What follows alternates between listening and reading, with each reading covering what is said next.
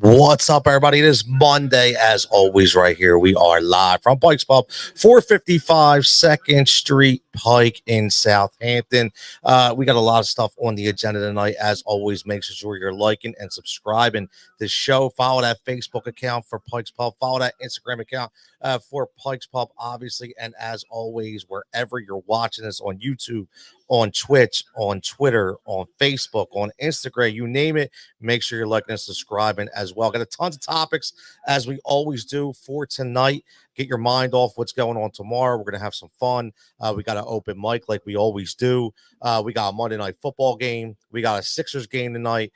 We got Paul George playing. We got, some brawls going on, with Joel Embiid and Marcus Hayes, right? We got a football game with the Kansas City Chiefs tonight. Can they go 8-0, right? We got some trade talk from the Philadelphia Phillies, talking about Nick Castellanos possibly being traded. A lot of things coming on, and obviously a big win again for the Philadelphia Eagles, and a squeaky win, so to speak. Coach almost gets in the way, like we've talked about before. We also got Sean Bernard joining us later from DraftKings, from Fox Sports, and Phillies Digest. We also have Dave Gleckner from SiriusXM joining us as well. Everybody that checked in on the show on SiriusXM on Saturday night, thank you very much. I greatly appreciate it. For everybody watching the Heat Ratio Sports, Rise and React Media, Corner Pub Sports, Final Judgment, and Win Daily Sports, greatly appreciate it. Like we do, get those comments flowing. Get those questions going. We got a game to break down tonight from a betting perspective. As always, we got a triple play, but it's actually going to be 4 bets tonight that we have.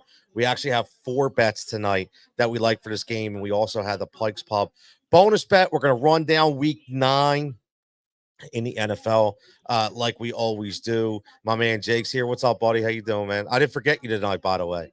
I did remember you tonight. So again, make sure you're taking care of Jake behind the bar, as always, making sure everybody's drink is full and their food is hot. Now, get right into everything going on right now as far as Philadelphia. And like I said, we're not just Philly here, okay? My name is Tony Cutillo. You can follow me at Rise with Tony on any social platform. My phone is blowing up here again. Another stop. If I don't want to get a voting text, I've got 13 of them today. It's getting a little ridiculous if you ask me, but hey, man, it's almost over. We're on the home stretch, so we will see what happens. We got my man Brian down the bar. I don't know if he's going to get on the microphone. We'll see.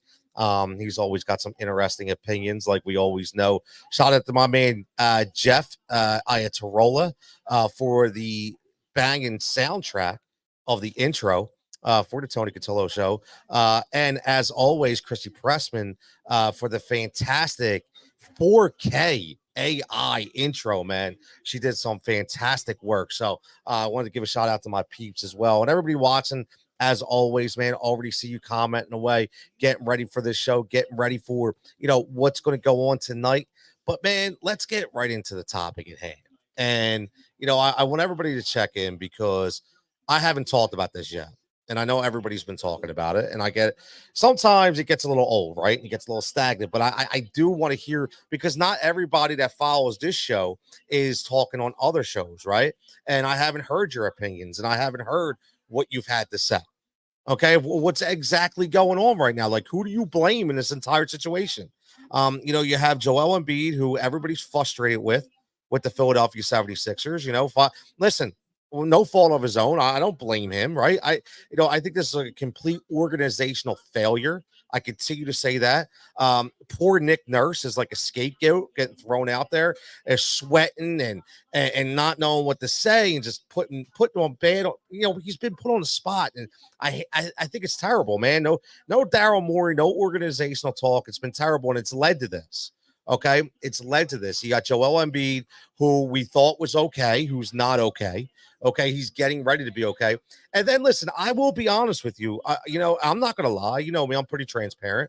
I've always liked Marcus Hayes. I think Marcus Hayes was one of the best writers. But do I think he crossed the line? Yes. I'm not a shit. That doesn't mean I never liked his work, but I just think that he went a little too far this time. And I think they're both wrong in this situation. Okay. I think they're both wrong. I think they're wrong because number one, Joel's going to be a professional and be above this. Okay. He does. I don't care what anybody says. He's still going to be above it. Okay. And again, my man Al checking in. I'm glad Al's checking in because I know Al has got some opinions on this. My man Al's checking in. Al, you can comment. Again, you could call in if you would like. It's completely up to you. We got an open floor. Okay. I'm curious, Al, like, what do you think of this whole situation? Because I think both of these peeps are in trouble. Not in trouble, in fault. Okay. I think Joel needs to understand that he's at a space right now where he's got to not react. Okay. Just worry about the job at hand.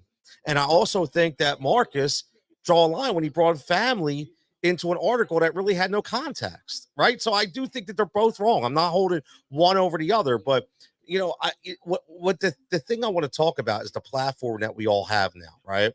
The platform we all have now. Like when I'm on Sirius on the weekends, the first thing they give me is a sheet. They show me a show sheet that tell me what I'm not allowed to talk about. Not allowed to touch this. Not allowed to touch this. My man, my man Brian's coming up, man. You got right there, man. I'm like phone right there, right there. It's on. I want to. What do you got? Nah, I just got all this shit everybody talking about Nick about his bad play call, and of course a bad play call. The 9 points that they left on the board. He lost points on the board. Of course, I like the aggressiveness. But I don't like people trashing everything. It's like, let it go. He fucked the game up. He almost lost the game, but let it go. He's still winning. And we got to do what we got to do. Yeah, but what would have happened though if we lost that game? That would have been fucked up. Yeah, that really fucked up. Yeah, it definitely would have been, man. And then we'd have had a different story, right? We absolutely have a different story at that point. Yeah, we definitely have a different story. Now, let's think about this. I really think it was a rigged game. Okay. I honestly believe. You think it was a rigged game? I think it was totally fucking rigged game. Saquon call. There's no way in hell he did not get that extra point, the 2-point conversion. There's no way in hell. There's no way Saquon was not tackled. His leg hit the ground first. His leg, come on, get the fuck out of here. How are you gonna call that? How are you not gonna call it? And they didn't even review it. I know. Honestly to God, am I talking too loud? No, you're fine, man. You're talking great. You're talking perfect. To God, and they did not even review it. They reviewed whatever they to review. My son is 21 years old. He's down there with me. Did that. He's like, you down and down. No, I walked outside of the bar, and my bar outside got a 2-second delay on the TV, whatever the fuck. And I come back upstairs, and he's like, what the fuck? And he's like, they didn't even review it. They reviewed it, but they didn't. Who reviewed that? Yo, and who would it? And you're listening to the people on the radio, on the TV, and a professional analysts are saying he's down. He's down by contact. Yep. And that turns into a 7-point swing. Yep. I don't want everybody to forget about that. Yes, I want everybody to understand. Yes, I do not believe that Nick is the greatest. I don't want. I kind of want rid of him. But I'm not. I'm not going to do that now. It's my team right We're now. 6-2. It's my team right now. Now we're going into Dallas week. We're gonna fucking kick the shit out of Dallas. No more Dak. Dak's out for 2 weeks. You know what? I wasn't even worried about Dak anyway. I don't give a shit about that. Or Elliott. What happened with Elliott? What's he doing? Disciplinary actions. What's he doing? I don't know. He got suspended for conduct detrimental to the team. Crying about something. Yeah. Jerry Jones, baby. Yo, man. They listen. How's Mike McCarthy keep a job? That team is unprepared. That's right. I mean, I don't get it. I have no idea. I don't get it either. I don't get it. But listen, man, we're 6-2. So you think are we turned around? Do you think we've turned this around now? Oh, the slow start. We are gonna. I do believe that we will be. I don't know that. I have faith in Hurts. I mean, I don't think he's necessarily the answer to the situation. I think he's a good quarterback. He's a good quarterback because you know what? He's holding back now. He's not doing what he was doing before. Like when you saw him breaking out on runs, and you think he's gonna get hurt. He's gonna get hurt. So he's breaking back. He's holding back. He's letting his team perform. And I think you're watching him. If you watch him perform, Jalen Hurts is actually he's trying to, and he's not. He's running it right now. So, or running the left, I mean. You know, they said he couldn't run left. He couldn't run left. He couldn't throw in the middle of the field. He said it all year long. Yep. He can't run left. He can't run left. He ran left for fucking 30 yards. I can run left. Listen, man. You know, I mean, besides that, I mean, I don't know. I love my birds. Go, bro. We gotta love the birds, man. You gotta love the birds. I've been bleed green. Man. I've been going there since I was shit, man. I almost fell off the stairs a couple times. Oh, 700 level? Oh, you're a 700 level guy. No, we were 500 level. Okay. We're in between that border of the vet and the middle of the vet. Like that walkway. You can walk. Oh, okay. Around. Yep. Step down right in my seats. But I you know, as far as seeing that what I saw this week, the Washington Redskins fan fall down 4 stands outside in the oh yeah, at FedEx Field. Yeah, the FedEx Field in New York, right? Yep. Well, I went to New York and I went there and I stripped my whole shirt off and they were like, take it off. And they're like, put it all back on. Yeah. Put it all back on. Put it back on. We want it all for all. And I was there for that 4th and 26 against Freddie Mitchell? I was there for that. Oh, man. And I was there for the Jets game. We came back and got one. And that's when I took my shirt off and it fucking, dude, it was awful. I took my shirt off, but we were fucking happy. Hey, man, you didn't feel no pain. You're up in the stands, and as long as no one pushes you, that idiot was just an idiot. He just fell forward. There's a lot of idiots now. A lot of idiots out there now, man. He was just an idiot. And hopefully he didn't get a ride. Hopefully he did not get a ride. I'm sure he did. I'm sure he did. But I hope he did. Remember when they had the come on, man, because I can do that anytime. I can fall forward like that. You fucking double over for fucking thing. I don't want to get arrested. No, I don't want to get arrested. You can't get arrested. No way. I'm drunk. Uh-oh. Oh, darling. Nice to see you again. Can I have the microphone? Uh-oh. What's going on now? We have got a beautiful brunette coming up alongside of me. Uh-oh. She weighs Welcome about up. Trying to 125 get you off pounds. the path. No. tree trails. Trying to take the fuck away. Thank you, everyone, Uh-oh. for Brian's commentary there. Brian was fantastic. Brian was awesome. Thank you for hanging out. He's so She cut you off. popular. He is so popular. Thank you so much for hanging out at Pike's look, Pub. What's up? Uh-oh. Adventures in the house tonight on the Uh-oh. podcast. And you guys know me. I talk way too much. I talk way too fast, but I'll make you laugh and I'll make you shit your pants. Oh, wow. Anyway. Wow. Brian, is that true? Brian doesn't know. Just so we all know, tomorrow is an extremely big day. So, regardless of who you're voting Oh, for, no. We got it. No. Look. What? It's all love. No. It's love. It's love. One last sentence. Hurry up. Okay, all right, I'll let you sneak it in. Go ahead. Love each other Yeah. when you're at the polls, and just make sure. I like that. Just make sure that everyone's giving their legal ID. Let's just make sure everybody's giving their legal ID. If you see someone without a legal ID, maybe bring it up. Okay, so we're all Americans. We all love this country, and we all want the best for our families. So please All right. use your brains, use love. Use the Anyway. brains of love.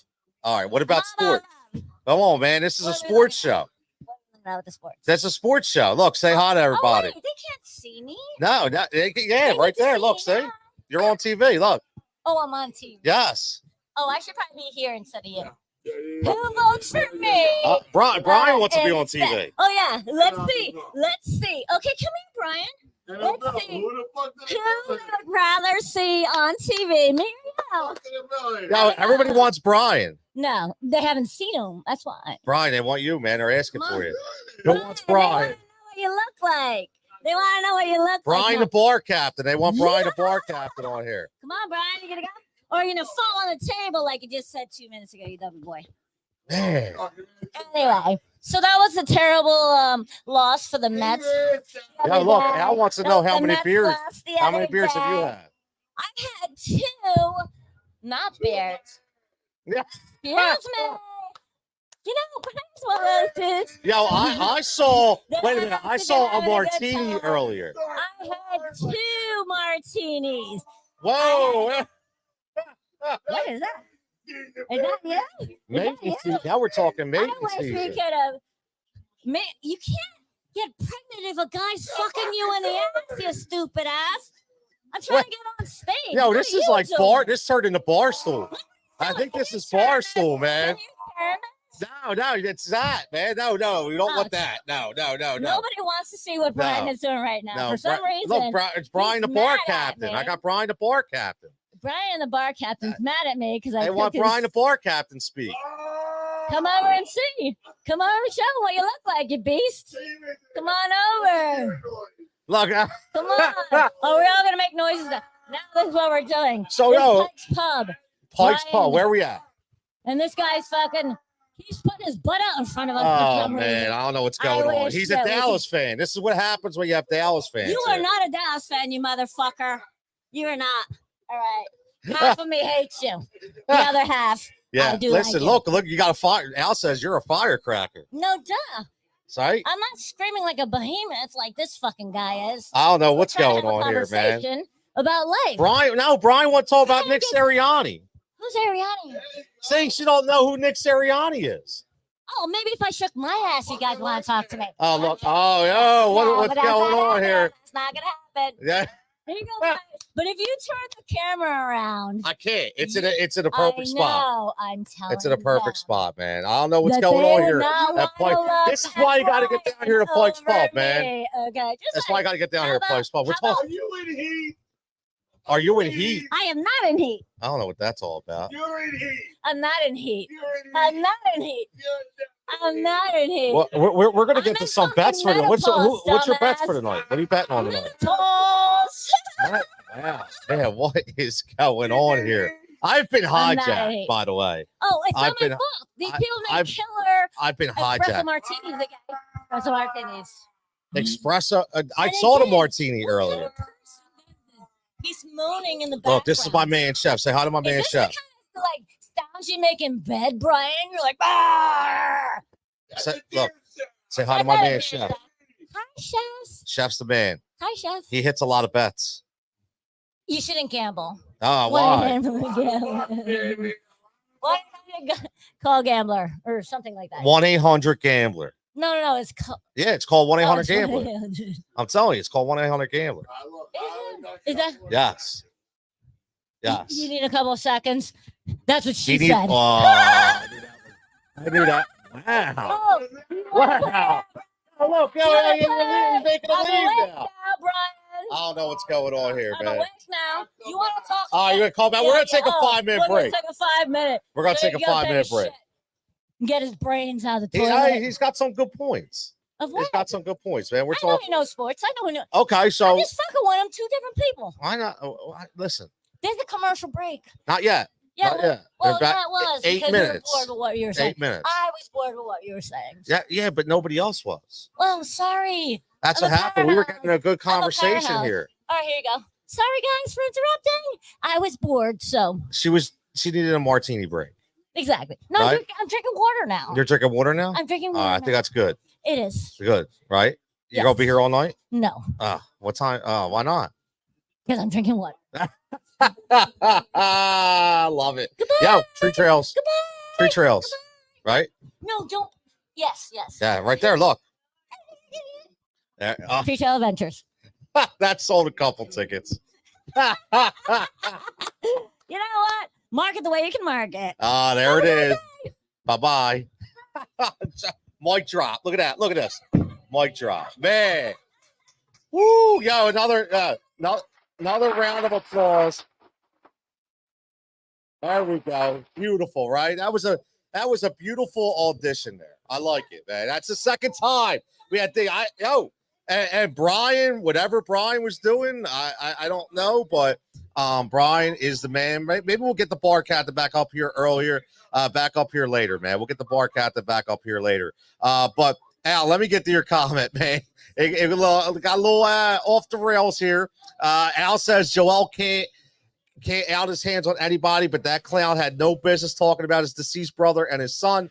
That had nothing to do with basketball. If you remember, he had a problem with AJ last year too. Listen, Al, I don't disagree, right? I don't disagree. I completely agree that I do think that, we had to look at this two ways, right? I think that they're both at fault. Simple as that. Both at fault. Because listen, at the end of the day, you got to stop worrying about the damn papers, man. You got to stop worrying about the tabloids. You got to stop worrying about the rate. Like, why? Like you do, just go get better, man. Like that's it. Just go do your plan. Go get better. Do your plan. Do what you were made to do. Okay. I don't stop worrying about all the nonsense. Okay. And I understand. Listen, I get it. Right. I get it. Family. Yes. I understand. I know people would hit me with that all day. I get it. I'm just saying that you have to learn how to handle. Listen, Jason Kelsey got to learn how to handle himself better too. Right. Same thing. At the end of the day, he got to learn how. I don't care. Listen, that kid's an idiot. Right. He's an idiot. But we live in a society where everybody wants their platform. Everybody wants their clicks. Everybody wants their name in a paper. Everybody wants social media praise, right? That's what everybody wants. Oh, look at me, look at me, look at me. Doesn't get you a damn thing, right? But everybody wants to say, look at me. Like it's like, look at me, right? But seriously, at the end of the day, everybody wants that praise, and it gets you absolutely nothing. At the end of the day, it doesn't get you paid. Well, I guess maybe the Hawk Tui girl, I guess, it got her paid, right? So I guess depends on, what kind of platform that you get put on and what kind of comment that you bring. I mean, maybe we get, even Brian, the beer captain, could have had a good comment to get him on. So, but yeah, man, listen, I do think that they're both at fault. Now tonight, PG-13 comes back into play. I think Brian, the beer captain's back. Do we want to hear from Brian, the beer captain? Well, I want to hear. Yeah. I'm going about fucking politics right now. Nah. Politics. Sports, no politics. No Can't get politics, no politics. at all. We could talk sports. You could talk porn, whatever you want. Just no politics. How's that? All right, fun. Yeah. It's, The last girl you just heard on air, I would love to see her in a porn movie. whoa. Ah. What is going on here? Oh, yo. What is going What is what the hell is going on here, man? Everybody wants to know what's going on. This is Brian, the beer captain, by the way. The bar captain. Brian, the bar captain. You like that? I am a bar captain. There you go. He's the bar captain. So go, man. Come on. I'm only let us sit on North Pole of the bar. We're at Pike's Pub here. North Pole. And I'm only let us sit up front because I talk loud and I drink a lot. No. You I drink a don't lot? That much. No. And but she is a beautiful girl. The girl who you heard talking earlier. But wait a She minute. is. Why are you in Pike's Pub wearing a Rich Bauer shirt? You're wearing a Rich Bauer beer shirt, but you're playing. This is Southampton, man.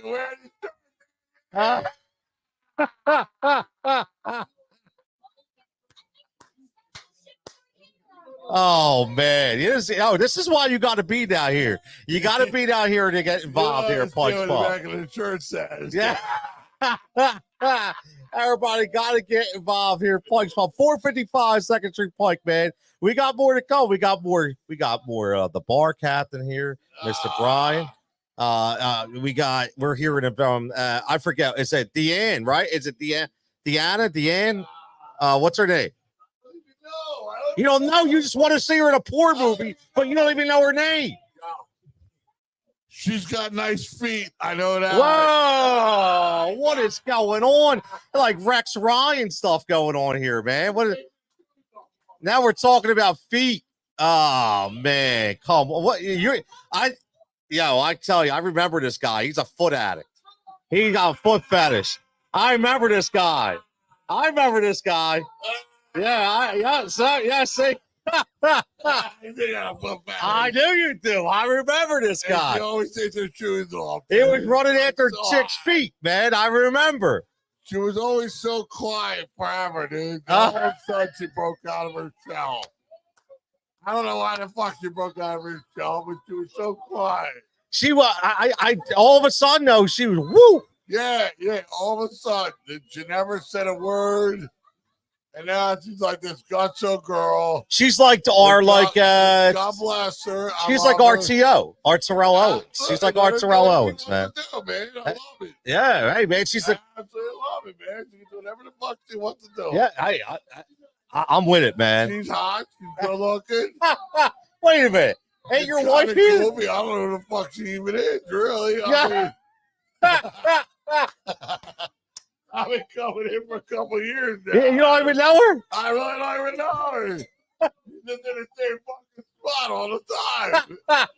I know her more than you, and I ain't been here for a couple years. Probably right. I really don't know. Oh man, I'll smash you on the back of the day, bro. Yeah.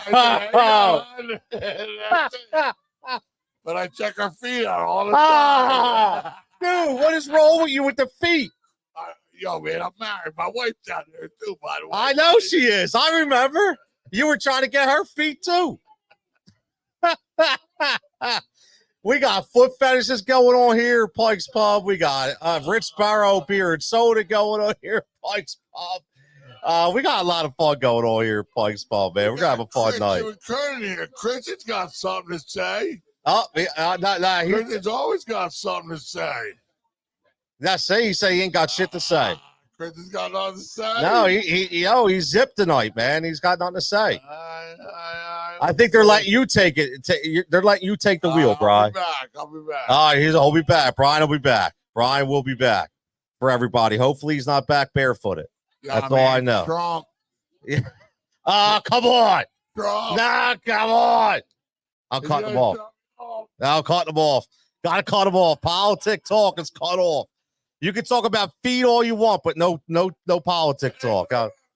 Yeah, we got foot fetishes going on here, man. What, you taking my shirt now? Look at you taking my shirt.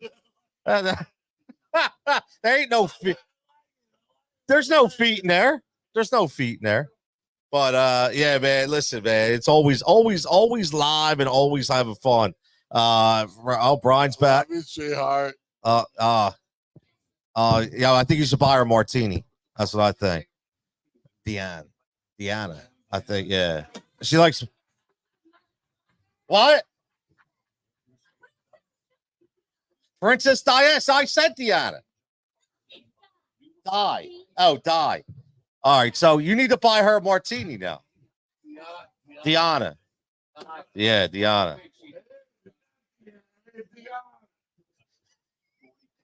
Yeah, I know it's tricky. See, I know it's always tricky. Get that shit back on. It's on.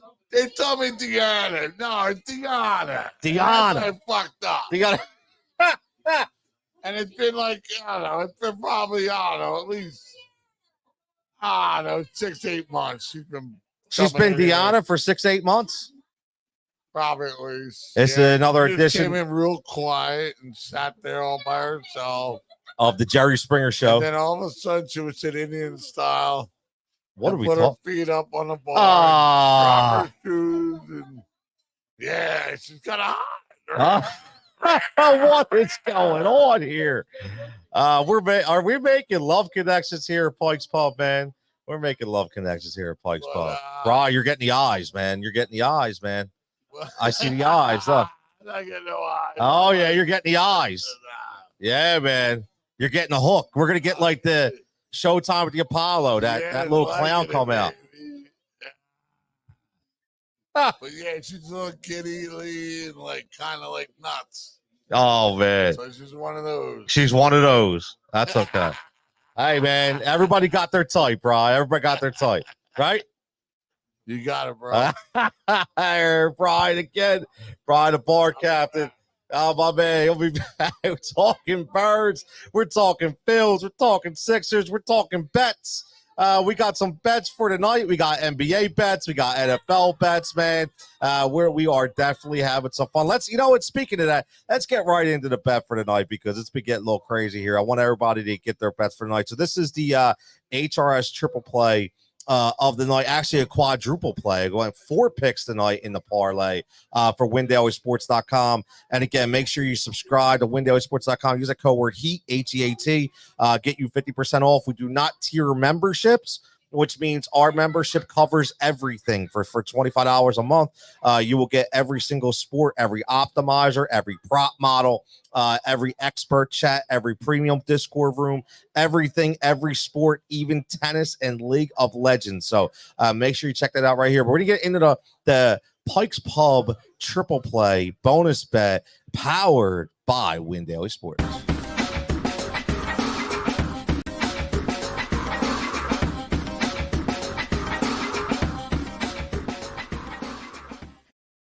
And from a betting perspective tonight, obviously you have the Kansas City Chiefs and you have the Tampa Bay Buccaneers, right?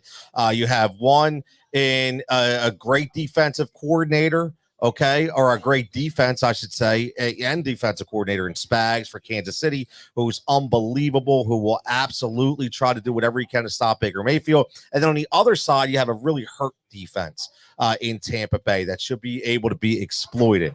And it's Brian back. Brian's back. Hold on, Brian's back. Whoa, whoa, that was a close one. Little stumble. That was a lot. Watch that chair, that spins. But what's up, dude? What's up the deal? You tell me, boss. What's up there with Embiid hitting some fucking ref? What? Who's hitting a ref? Embiid. What the hell? Oh, Embiid. Yo, he didn't hit a ref. He hit a writer. What was that about? Marcus Hayes. He talked about his dead brother, and he talked about his family. What do you think? If somebody talked about your family, would you go after him? You talking about my family? I'm gonna smack the shit out of here. Well, that's what happened. So, but I think they were both wrong in that situation, right? Did anyone see this on? Yes. Yeah. Everybody. It was in front of everybody. I haven't really seen. I thought I saw something in the locker room. Yup. It was in the locker room. It happened in the locker room after the game. I didn't see it quickly. I didn't see him on the right hand. Oh, no, he didn't hit him. He shoved him. Oh, okay. Yeah, he didn't hit him. He supposedly shoved him. Supposedly shoved him. That's what the story is. Like I'm not in that circle, right? I'm not in the media room. So but yeah, so he shoved him, and basically told him to keep his name out of their mouth, man. So I don't blame him. Fucking what the hell, man? I don't blame him either. Will Smith can fucking smack somebody Yeah, else. I mean, no. Will Smith walked up there, see your wife, fucking get my wife out of here, bitch's mouth. That was Chris Rock, right? Chris Rock and Will Smith. Right? Yes, yep. That was Chris Rock. Yeah, so I mean, I just when you're $1 million player though, you got to kind of control yourself too, though.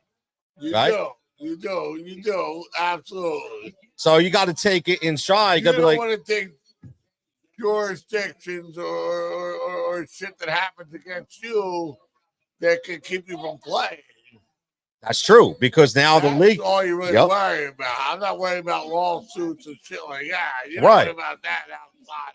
Exactly. You're worried about not being able to play. And he's already not able to play. Right. So we don't need any more issues for him not to be able to play. Right. So yeah, I mean, that's a problem. Now the league's investigating it. We'll see what happens. That's fucked up because I never followed the Sixers before, but I really started following them. They're playing tonight at 10:30. Football, baseball kind of guy, hockey maybe a little bit. A little hockey. But I got into basketball because how about soccer? I'm fucking 50 years old. How about soccer? Nah, I don't. No soccer. You like feet? I thought you would like soccer. What the fuck would I like feet? You're beating each other your feet. See, you're smart. You can come back. I like that. I like that. I like that. I like that. I get online, dude. I like it. I get on Facebook, and there's like a million pictures of. So they open Facebook, a million pictures of Facebook feet. And how do I even know about it? Facebook is fucked up. I don't know how you know about it. Facebook is fucked up. Because they know everything I know. They know everything I want, and like. As soon as I want to look at it, they did print it up. Somebody's watching you. That's what it is. They're fucked up. I know. They're watching you, Brian. So fucked up, the Megan shit. They're watching you, man. Make sure you watch it. I'm gonna watch this word here. Watch what porn channels you're on. That's because you're looking for Princess Diana over there. That's the problem. High school, man. Yeah. You don't care. We'll load off her. Yeah. Yo, man, we're again 455 Second Street Pub. We're here at Pike's Pub, man, having a good time, getting ready for Monday Night Football, having a good time with my man Brian, the bar captain, sitting here since North Pole, right? And we got Alex that says drinks need to be cut off immediately for Brian and Princess Diana, man. What's that, man? They says drinks. I say, oh no, man. It says she's drinking water, Al. Says she's drinking water right now. Brian, I don't know, man. Brian, did you transfer to water yet or what? What did I what? Did you transfer to drinking water yet or what? Did I get a glass of water? I think you might need a glass of water. I'm not sure I've had any water yet. No, not yet. You want to stay hydrated, bro. I want to make sure you're okay. I'm okay. All right, man. As long as you're okay. The Sixers going to win tonight? Yeah, man, I got my wife here with me. Oh, so she gonna make sure you're all right. Yeah. Oh, yeah, I like that. I've been doing this shit for freaking. Come on, man. Oh, I love it, man. Yo, my man. What's up, Dave? My man Dave Dixon checking in. What's up, Dave? You know Dave, right? No, yeah, of course I am. Yeah. He said, "What's up?" What's Dave saying? He's just checking in. He's watching. He was watching the show. He's just checking in, saying hi. Okay. Yeah. How you doing, Dave? Yeah, Dave. Brian said, "What's up?" He said, "What's up?" He says, "You sound good." Thank you, brother. I know I got a little raspy voice. A little raspy. You got a little Alicia Keys in your voice, man. That's all right. You got a little Alicia Keys in your voice, right? Ain't not like waking that woman up and she's like, look, there you go. She better get a damn breath mint, brother. That's what's gonna happen. But it says, "Hey, you doing, honey?" Now we're talking early morning bedroom stories, man. What else are we gonna talk about? Yeah, but you're wiping that cover off to see the feet. That's the problem. Yeah. The covers on the feet. No covers on the feet. Normal chicks that have good. He's fucking done. I mean, Listen. Good. Oh, I would love to hear that. Look, Good-looking women know they have good-looking feet. Okay. And they're not covering under the covers. They're sticking them out, and they know they have good-looking feet. They're fucking hot, and they know they're fucking hot. And they're running the covers up. You know what they're doing? They're doing the same thing they're doing. Listen, man, they all know what they're doing. They're doing bro, right? doing, man. Yeah, no, man, they're making us sweat, bro. They got good-looking feet. Yeah. What do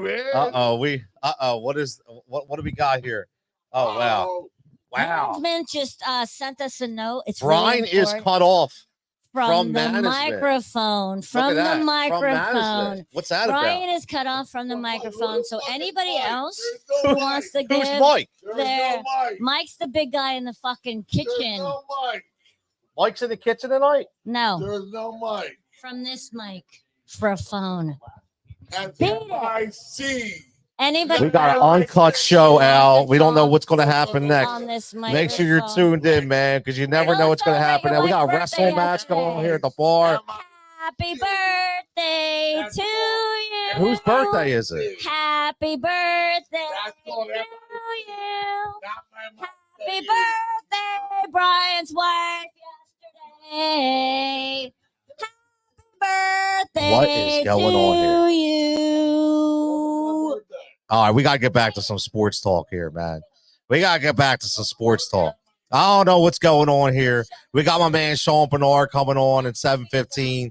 I got my man Dave Gleckner coming on later on. And we got some Eagles questions. Trying to get some Eagles questions here, bro. We got some Eagles questions. Look, hold on right here, man. See, look, here look, you're being called up. Tell him, come on, man. No, Adam don't have no Eagles questions. What's I forget what. I'm sorry. So what's his name? Ricky? Christian. All right, I think we're ready for the real questions here. Some real, What are we ready for? full mouth questions. Here we go. Yeah, man, let's go. Go ahead. Yeah. Wow. Does Sirianni understand how fucking timeouts work? Are you kidding? Like the last 3 times, you got a minute 36 seconds. Does he understand? Does anybody on that sideline understand how fucking timeouts work? I think he runs rogue. Can I curse? Yeah, go ahead. Okay. Yeah, we're on YouTube. Yeah, so I think he runs rogue, man. To be honest with you, I think he just. You and I both understand. Yeah, football. I don't get it. I mean, look, we won yesterday despite him. Like, think about if we would have lost yesterday. Listen, they were saying, like, the experts were saying, like, oh, what's going to be, 30-21. I'm thinking if we let that fucking 2-6 team score 21 points on us, we're a fucking shit team. And the fourth quarter, we could have lost that. I know. He left 9 points on the 9 points on the field. Yep. Okay. He doesn't understand fucking timeouts. And what the fuck happened in the fourth quarter? Dude. I don't know, man. Like, again, now we got comments. So it says, like him or not, one and fired. He's not 40-19 in the last 3 years he's been here. All he does is win. See, this is what, like, no, I've been screaming since from the first game this season. Kellen Moore comes in, and we're still doing fucking RPOs. The same thing. And it took 8 games to do this.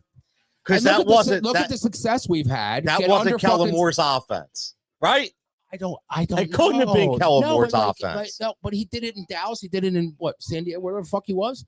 I don't know, man. Something just clicked the last 2 games. I think somebody put somebody's boot in their fucking ass and said, "Knock it the fuck off." That's what I did. A monster and say, all right. So my second point. Yeah. What it is? Go fuck yourself. Anyway. So, we are uncut here live from Pike's Pub. Never know what's going to happen here. What to do, woman? Oh, there you got Brian again. All right. The circus that was Saquon and Devontae's, or Saquon and the catch. Yep. Unbelievable. That Devon. I mean, listen, the Saquon. I can't even, like, he had his, all right, so he was 5 feet off the ground. This is as high as I can bring my knee to my chest. I'm 56 years old. I'm a union guy. I'm 56 years old. This is the highest.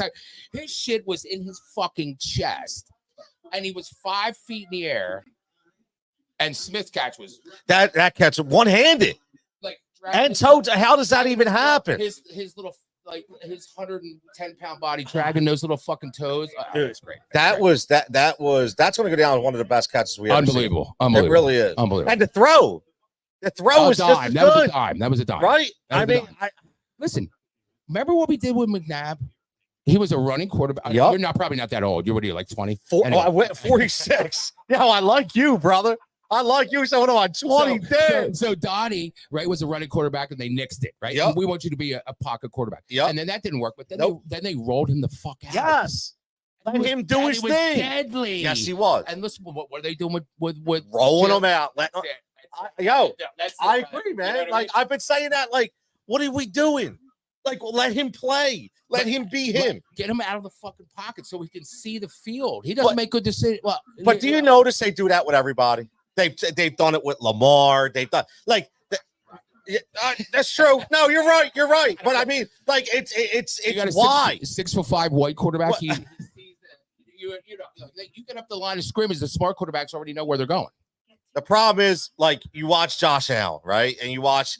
I mean, he basically runs the show. Yeah, but when he gets more mature and he stops being a goofball, Well, he's already pretty fucking ridiculous. You know that. pretty, yeah, 100%, man, 100%. 100%. So who wins tonight? What do you like in the game tonight? I don't give a fuck. Yeah. Baker, I love Baker. Baker's been my favorite since college. Love Baker. You know, when he does this fucking bullshit, I love it. What you know why? You know why? Because people rally behind it, right? Love it. Who do you have? I Kansas City has to be. I just can't see them losing to Tampa Bay. That defense in Tampa Bay is just terrible. Yeah, It's terrible. I just can't see it happening. I mean, it could be wrong. The NFL, right? As long as my bet's in, I don't care. My man, Christian, thanks, buddy. Oh man, there's another great points, man. As always, great points. I mean, that's just what this is all about, right? Everybody has an opinion, and when this is what we're going to talk about, right? My man Al checking in says, when we win, it's everyone else. He says, when we lose, it's Nick's fault. Come on, give me a break. Give him some credit. I don't know if it's not about giving him credit. I just think listen, man, one of these days you're going to lose these games, right? And like, if we would have lost that game, it would have been completely different, right? It would have been completely different. I mean, think about it. You did this against a team that was 2-6. What if you did this against a team like look what happened in the Atlanta Falcons game? I mean, nobody thought we should have won that game. What happened in the Atlanta game, right? Bad decisions cost you games. And guess what? This was a bad decision. And if you hear about it, like, I think that the saving grace of this Eagles team, honestly, has been Lane Johnson. If you hear Lane Johnson talk, Lane Johnson's been the voice of reason. And you heard him the other day, he was discussing, he said, we took our foot off the gas. That's exactly what he said. He said, we took our foot off the gas. He's like, we stopped playing. Right? That's what he said. We stopped playing. And again, man, Al says the Jags get a free 6 points. No, I agree. That wasn't a fumble. That's exactly what Lane Johnson said. Right, Brian? What did Lane Johnson? Exactly what Lane Johnson said. Brian's back, ladies and gentlemen. And they start sitting around and they're waiting for like points. I don't understand what they're doing. I don't get it. They're trying to put game. I understand. In a way, I'm sorry, guys. In a way, I understand what Nick's trying to do, put away games. But if you're not putting them away, then you gotta regroup. You gotta come back, and you gotta you look 9 points. I know 9 points is like nine fucking points. 9 points. 9 points, and 2 of them did not get given to you. 2 of them should have been given to you. They should have been given to you. Listen, man. I agree, and I mean, we saw that extra point. Yes, yep. But you didn't get it.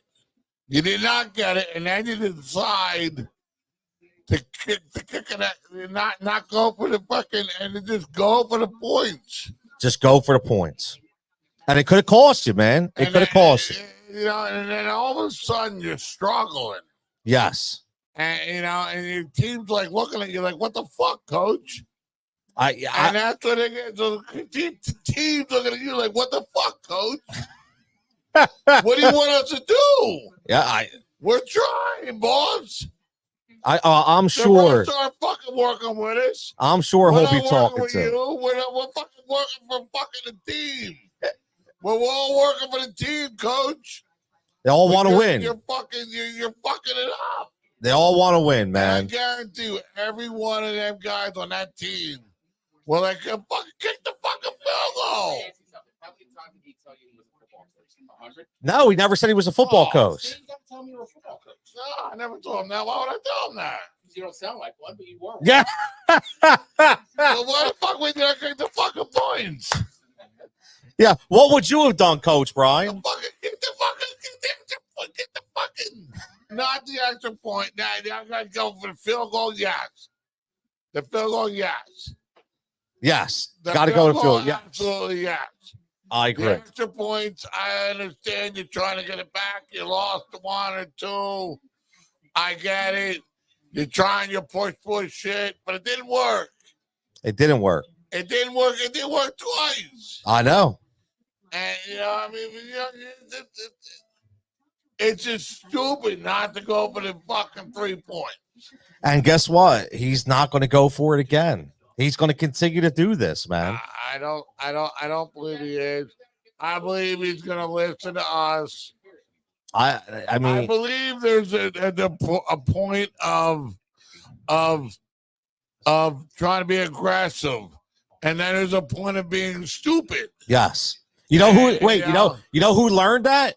Dan Campbell. Yeah. Last year, Dan Campbell was stupid aggressive, right? And then he learned his lesson. And then, right? That's that, right? Can you imagine It pays off. It pays off a lot of times. 1,000 and I know. But like, can you I imagine? love It Dan pays off a Campbell. lot of times. Right? But I mean, And come that's a on, guy who man. he If learned. it doesn't pay off, Yeah. you got to sit back. You got to get the points. The problem is, I still feel like, see if you agree with this. I feel like, yeah, okay, we The with problem Nick is, I Sirianni. believe that he's letting too many people call the plays. Too Has no decisions. many people got their hand in the pot. Too many people. in Way hands too in the many. pocket. Yes. Absolutely. Yep, 100%. That's what I'm saying. He's But, not even. He's not. That's even the problem. making A lot of call. people, unfortunately, right? I mean, you got Sirianni, you got Kellen Moore, you probably got Yeah. Howie Rosen's probably got his Yeah, hands in yeah, there. Everybody probably got something. Oh, to of say. course they do. But when it comes down to it, Nick should call the plays, and it should be bullshit. This is all bullshit. It's all bullshit because, like I said, fucking, I don't got nothing else to say. Nick should fucking play, and it should be the end of the story. And if we got him as head coach, he's our offensive head coordinator, which you could narrate down to Nick what the play's called, and that's the end of the story. If Nick likes it, he goes with it. If not, he gives Jalen a chance to switch the play. Jalen's got to recognize things, and I think that he That's what I does. think. Right? That's what my think is. Like I said, I mean, you call plays from upstairs with no one on the field, and you're not letting anybody on the field be able to address the play. And then you're making it audible out there, which is like a fucking, it's kind of crazy. Well, all I know It's is kind of crazy. So I think that the fucking calls should go from him advice to Nick or the fucking our head coach advice. he's faded. He's faded. Advice to the head coach. Advice to the head coach. We got advice. Advice to the head coach. And then Wait the a minute. coach calls the Wait a minute. fucking play. And then the play goes to fucking the Jalen. The jail. I don't want this shit going on no more. There's too much going on. I mean, what the fucking dick doing? Listen, What's man. he even doing? Listen, he's winning games. People what say the fuck is he even doing? he's winning games. He's 6-2. I like him. I'm I not saying I like him, but I like the offensive coordinator. you don't like Kellen Moore? I know. Ah, I like the people that are fucking calling this shit plays. We don't know that, man. We don't know Who that. the fuck's calling it? Who the hell is calling him a rollout?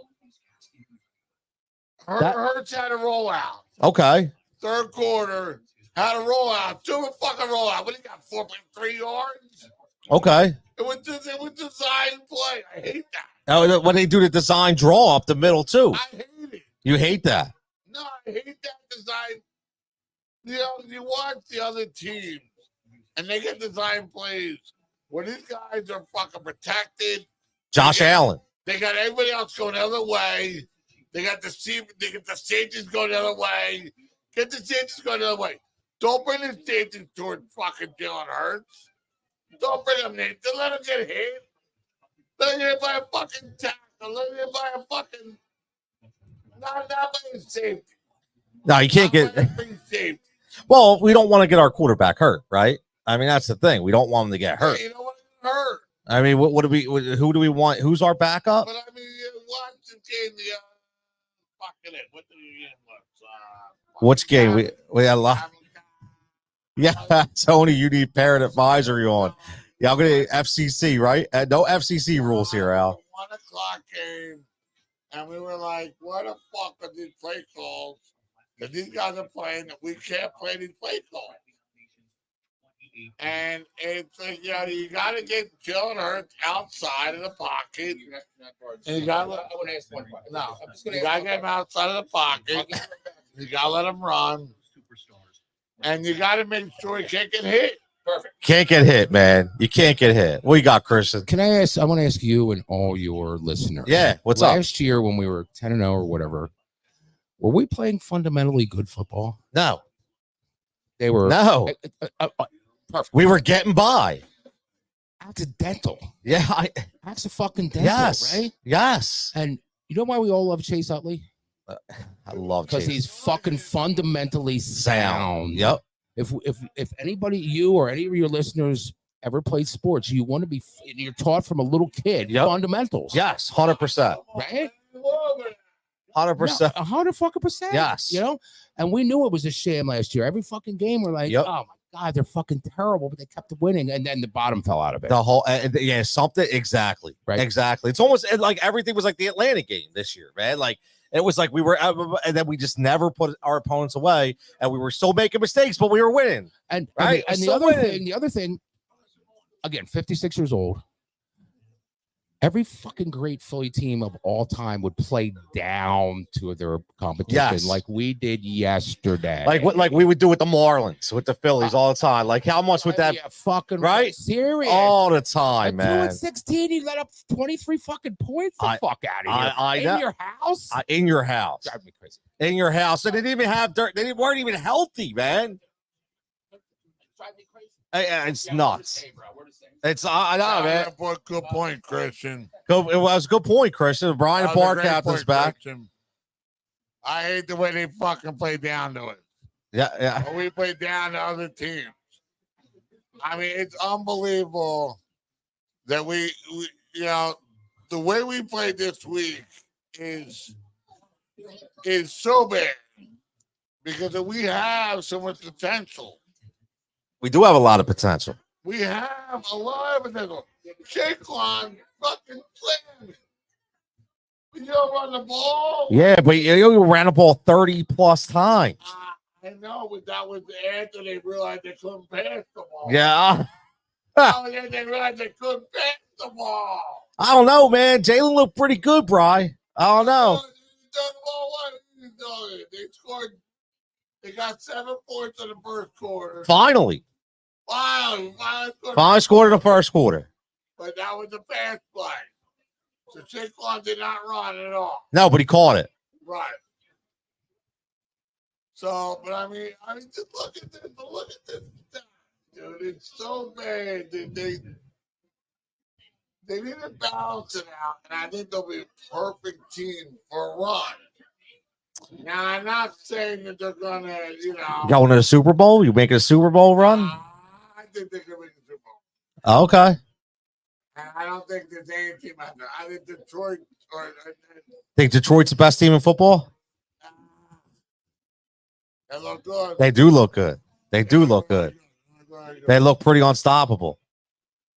You know, you gotta get by Mahomes and Reed. Yep, we got Mahomes and Reed in Kansas City. You're playing tonight, right? That's the ball right there. Yeah, that's 100%, man. 100%. Brian, we're gonna take a break, man. How about we want to do an Eagles chant, man? Can you do it? Probably You go want- home and get a beer. My wife probably gonna take me home. Can you do an Eagles chant? Can you do an EAL? I can do it. Oh, hold on. Let's play the song. Ready? We'll go on. Ready?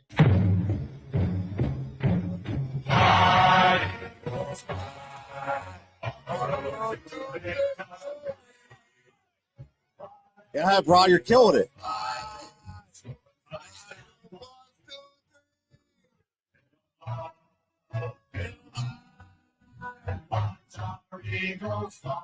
Here we go, Brian. You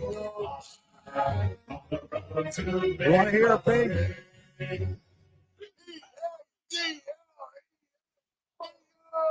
Woo, my man. My man. We're going to take a break here live from Pike's Ball. God, out for Brian, the bar captain, as always, but the feet mongrel. My man. My man. Everybody have a fantastic 5 to 10 minute break, and we will be right back.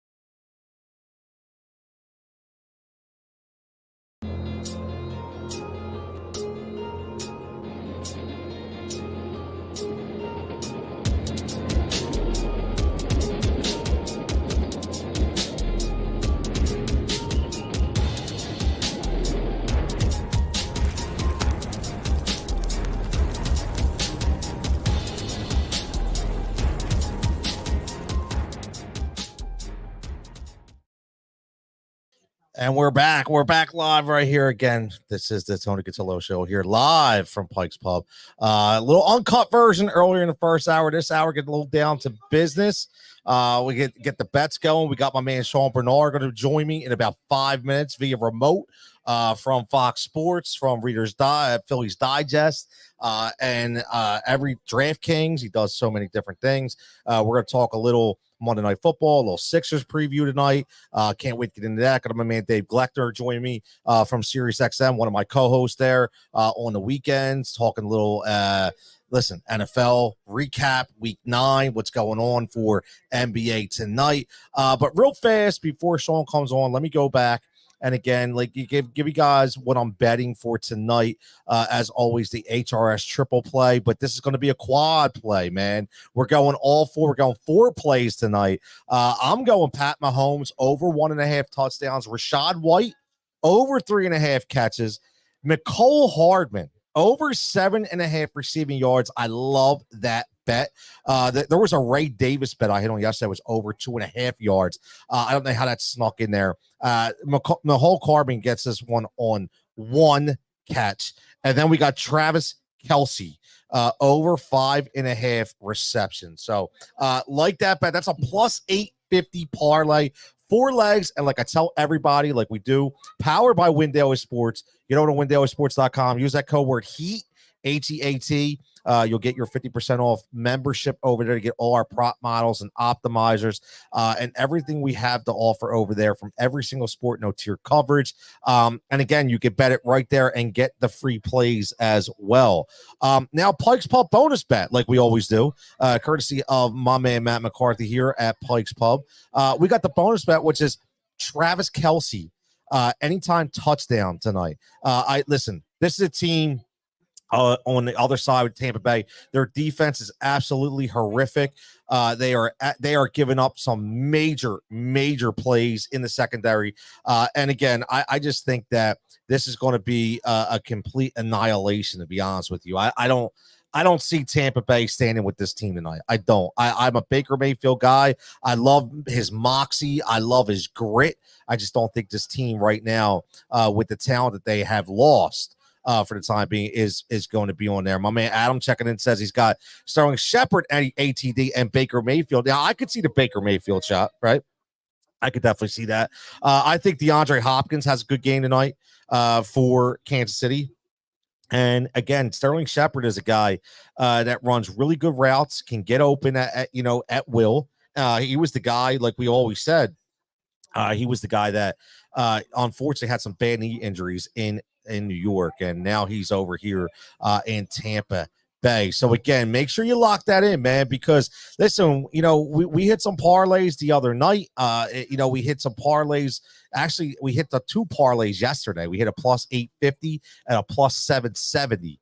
So we're doing well, man. We're doing well. If you're part of the, just so everyone knows, my nickname is Jigsaw. So if you're part of the Jigsaw Society over there at windailysports.com, you are having yourself a good football year. I know Adam is a part of the Jigsaw Society.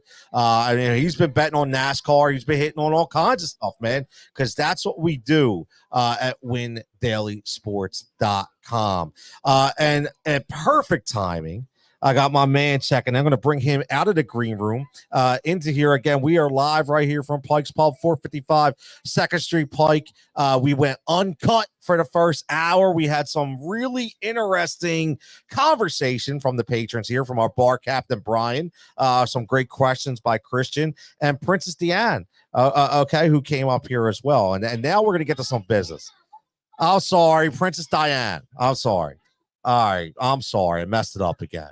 All right, I messed it up. So let's get my man Sean in here checking in. And again, you can follow Sean, man. Listen, I'm gonna let him introduce me, because this dude, he's been on me before. He does everything. You talk about Fox Sports The Gambler, DraftKings, Phillies Digest, Pick Swap. I mean, Sean, what do you not do, my man?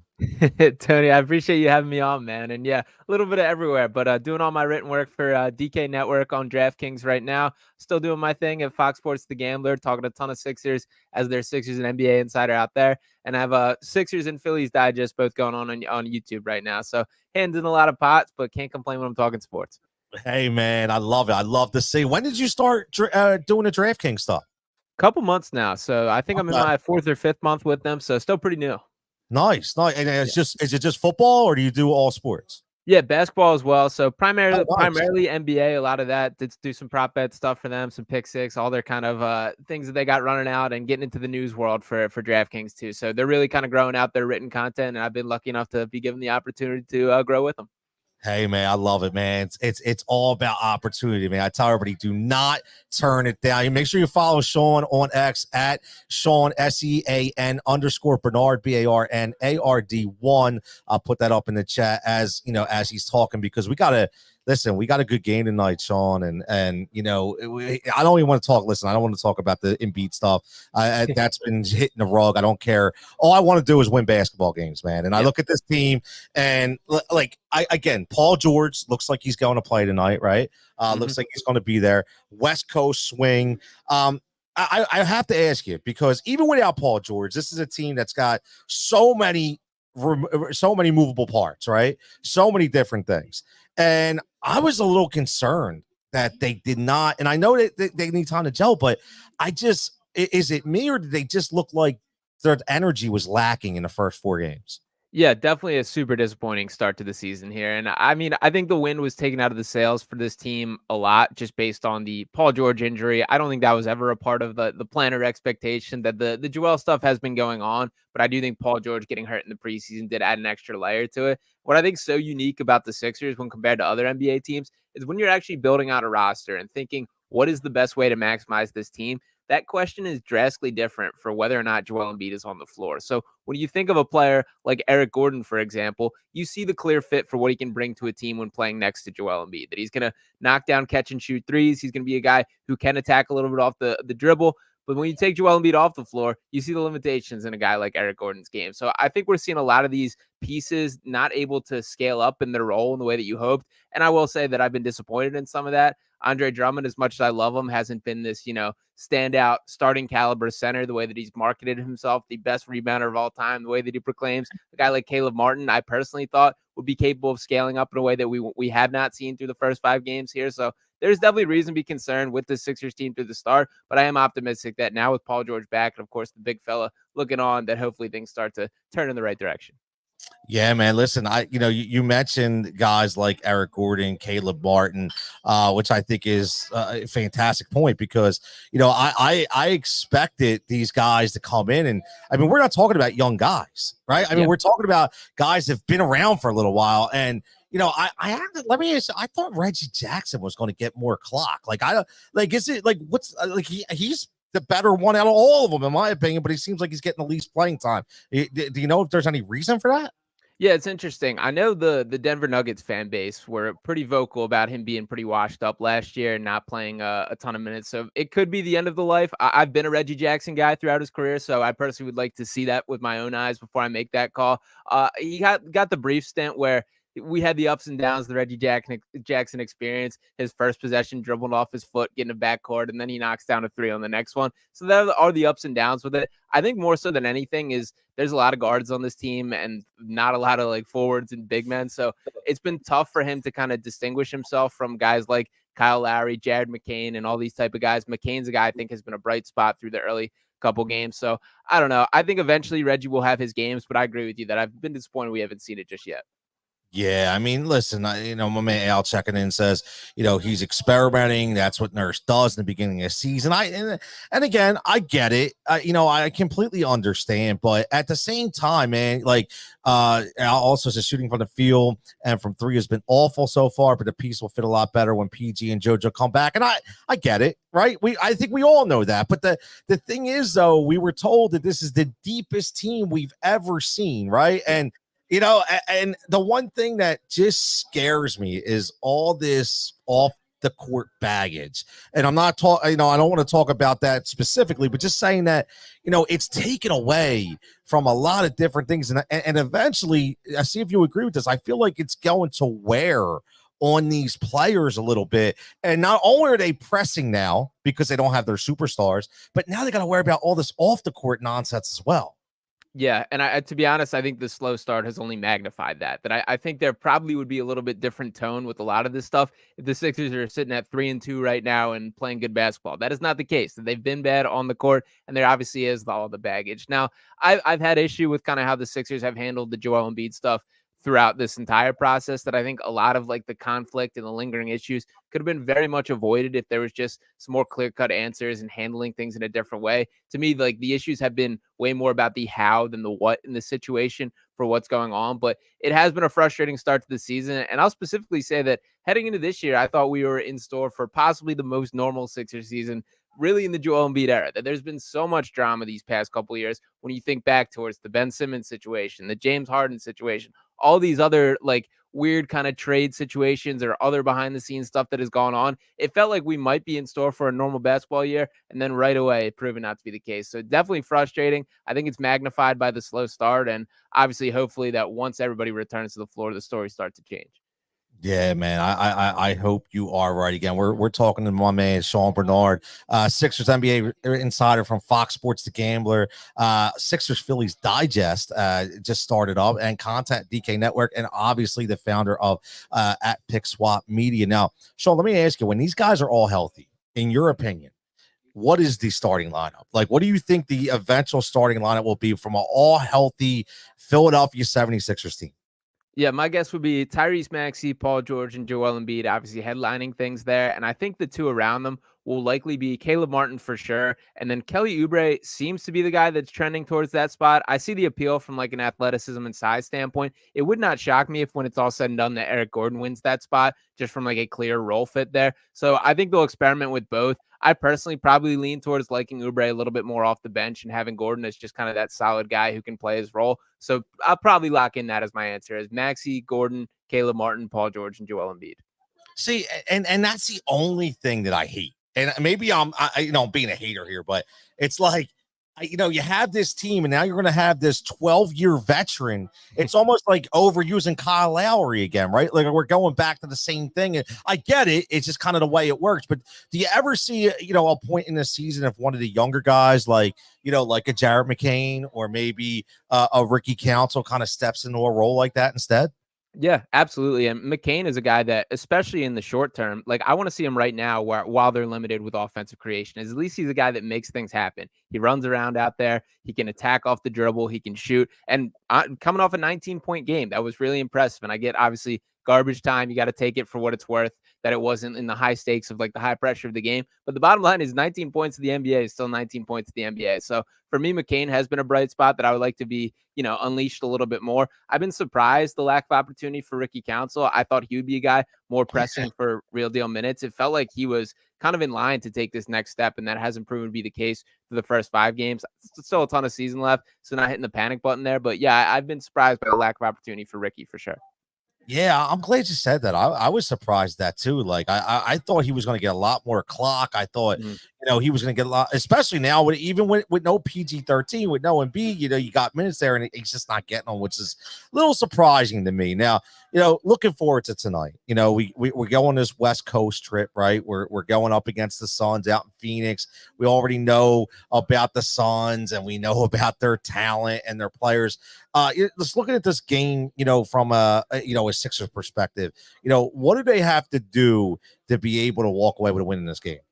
Yeah, I mean, getting Paul George back is going to help in a major way. And like Tyrese Maxey is a guy who I still have the utmost in belief in, and I think everyone has, but there's been a lot of Tyrese Maxey ball. And just through the first 5 games of the season that the Sixers have played, he's leading the entire NBA in shot attempts with 26 per game, shooting below 40% from the field. That's the stuff that just having another guy on the court that's capable of doing those things in Paul George is going to be a huge deal there. Now, for this matchup specifically, Ryan Dunn is a name that Sixers fans are going to want to get familiar with before this game because he's going to be everywhere on this Suns team. Guy out of Virginia who had some real deal shooting concerns coming in, which is why he dropped in the draft.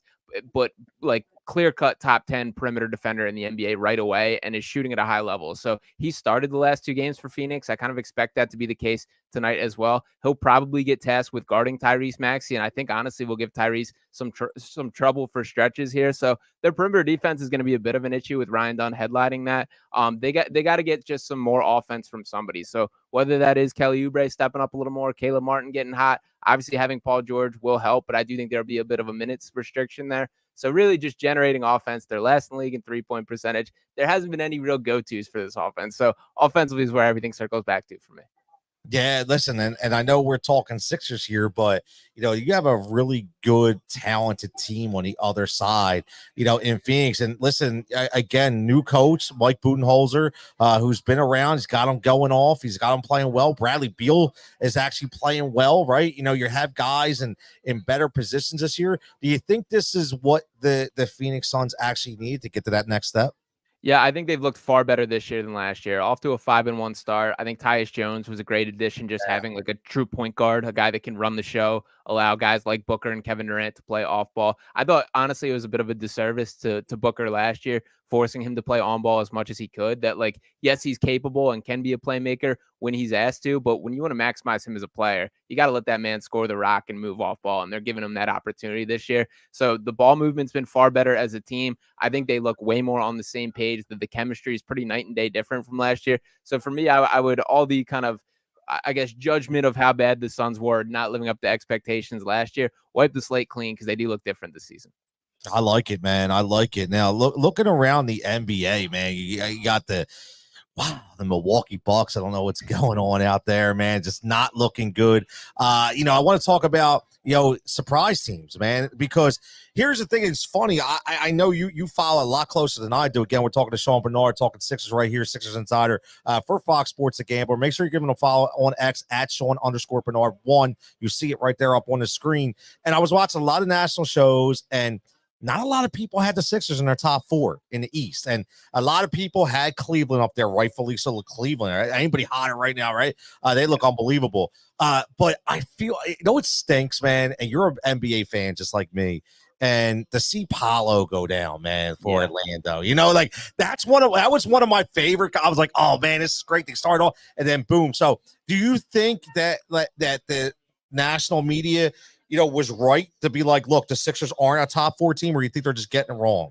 Yeah, I mean, I don't think they're going to end as a top 4 seed in the East, but I think they're absolutely a top 4 contender in the East. They're threading the needle, trying to do this dance of making sure you're through the regular season healthy and giving your best chance at a healthy playoff run. That's going to be the story with Joel Embiid for the rest of his career. It's unfortunate that you kind of don't have the freedom to roll him out there for 70 games a season the way some of their stars can, but that's the bargain that you make when you have a talent of his caliber. And Paul George has dealt with similar issues. So I think the Sixers are going to be very calculated and careful throughout the regular season, as annoying that is to most of the fans out there trying to watch on a nightly basis. So I guess I still believe they're absolutely a top 4 contender in the East. I still think they should be the second favorite in the East behind Boston when everything's fully constructed, but they are a theoretical team at this point. We haven't seen them on the floor, the trio together yet, the big 3 of the Sixers team. So it's going to be a journey, but I do think people will count them out a little bit more than should be the case when everything's said and done.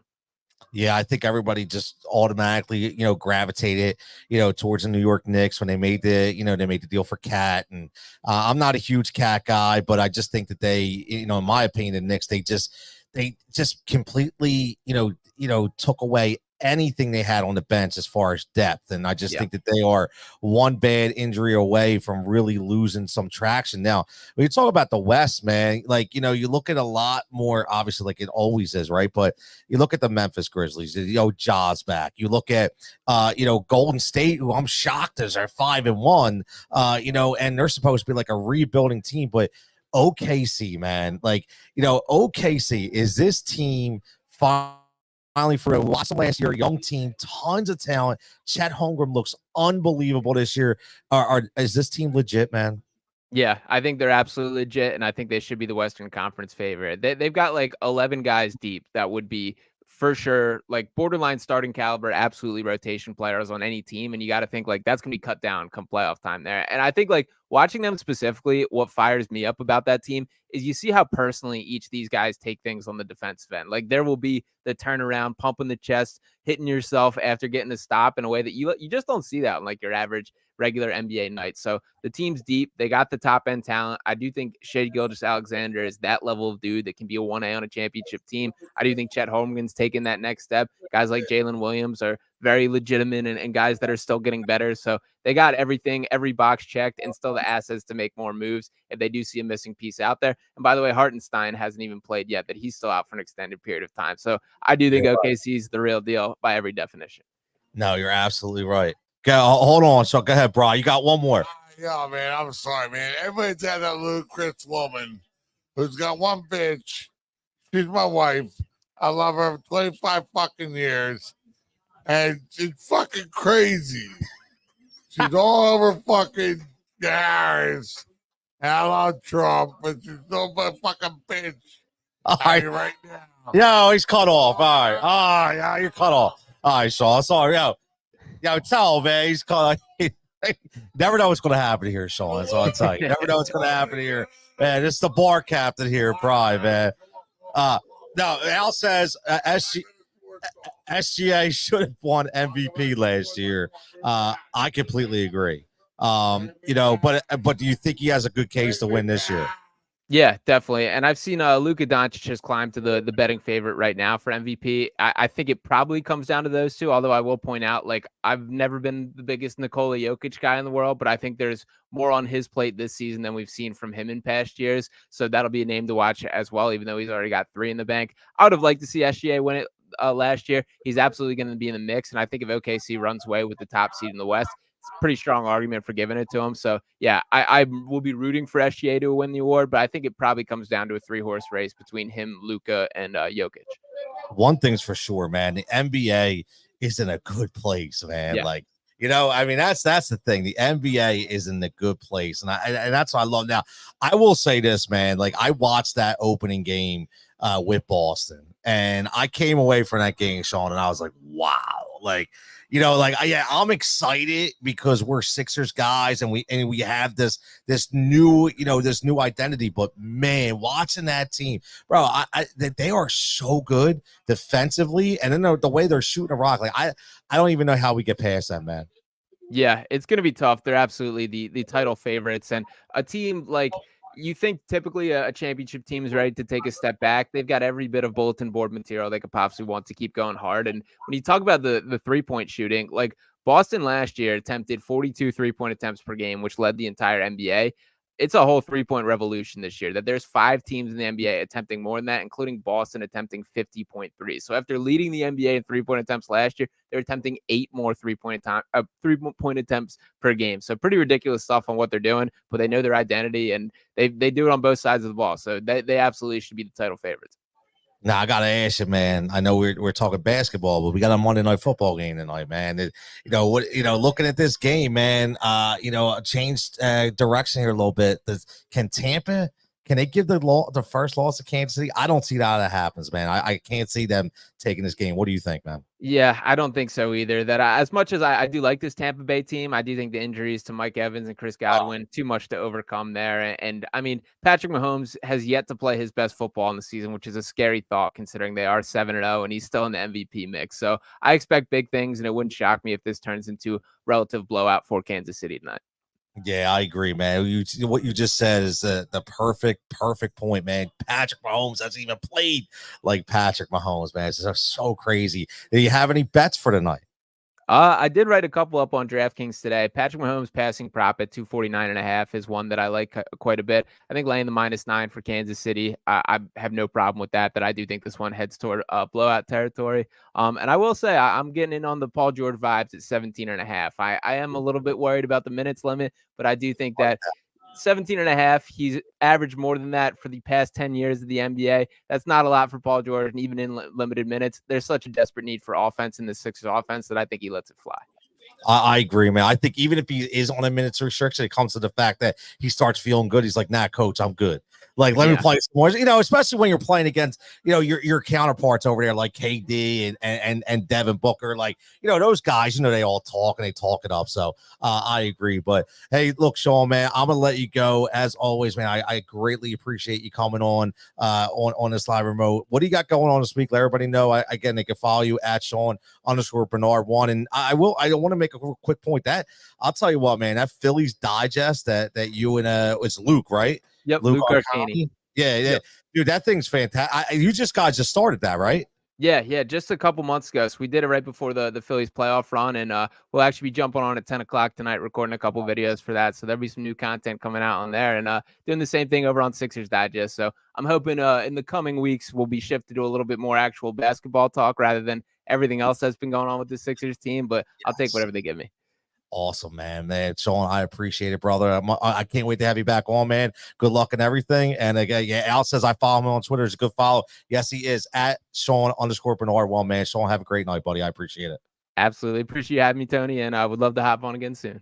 Oh, you will, brother. You will. We appreciate it. That's my man, Sean Bernard from Fox Sports, The Gambler, DraftKings, Pick Swap Media.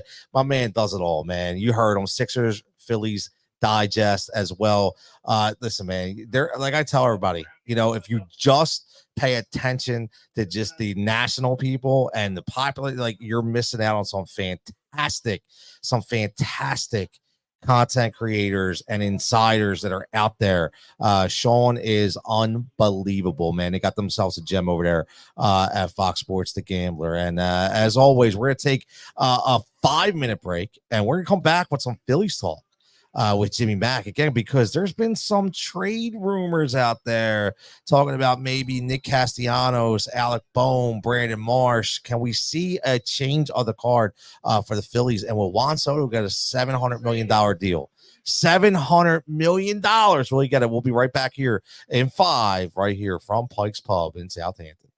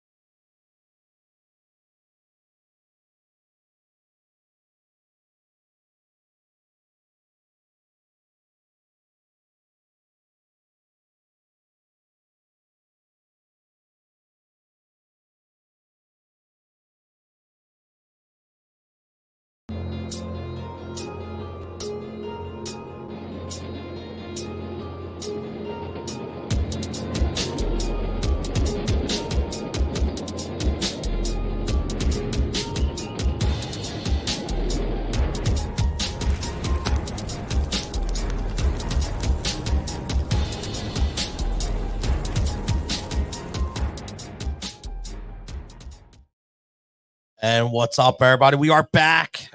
We were just talking some good Sixers talk from my man Sean Bernard, who had again, dude does everything. Make sure you're following him on X at Sean_Bernard1. Does a fantastic job talking all things NBA and NFL. But we're going to switch course a little bit tonight, and we're going to get into a little Phillies talk because, again, like we try to go all over the map here, not just Philly, but all national. But when there's stories out there, I like to cover them. And today we talked about some trade opportunities came out that it looks like the Phillies may be shopping a few players.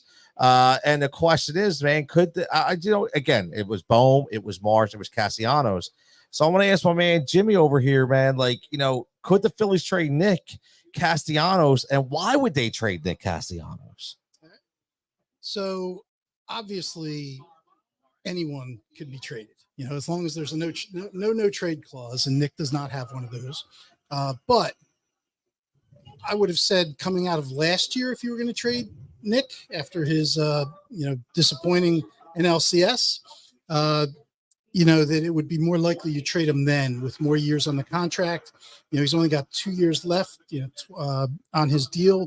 He's at $20 million. He's done a pretty good job of earning the money. He plays, he's never going to win a Gold Glove, but he plays a solid right field. He catches everything he gets to. He's got a pretty good arm, not a great arm, but a pretty good arm, and it's pretty accurate. So I would say it would, obviously, if somebody gives you a good offer, then you have to listen. 100%. And from what I heard too is that they're taking calls, they're not making calls. So they're taking, not making. Exactly. So it's a little different, right? I think they know they don't have to move Nick. They're not actively shopping him, but if somebody comes in and thinks, hey, he's a piece that we want to pursue, and we're going to offer fair market value, then yeah, the Phillies should listen.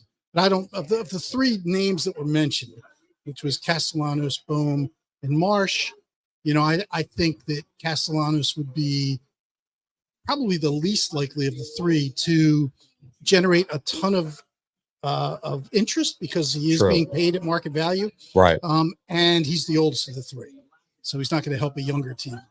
I think he would be more like a trade deadline kind of move to like a contending team that was looking for somebody. But I think it's Bohm. I think, we were talking, Christian was talking, I know you were talking, I was talking. I mean, he's got the most value, man, right? He absolutely has the most value, but it might not be the right time for the Phillies to trade him because, as I said to Christian when he brought it up, so we trade Bohm, who plays third base.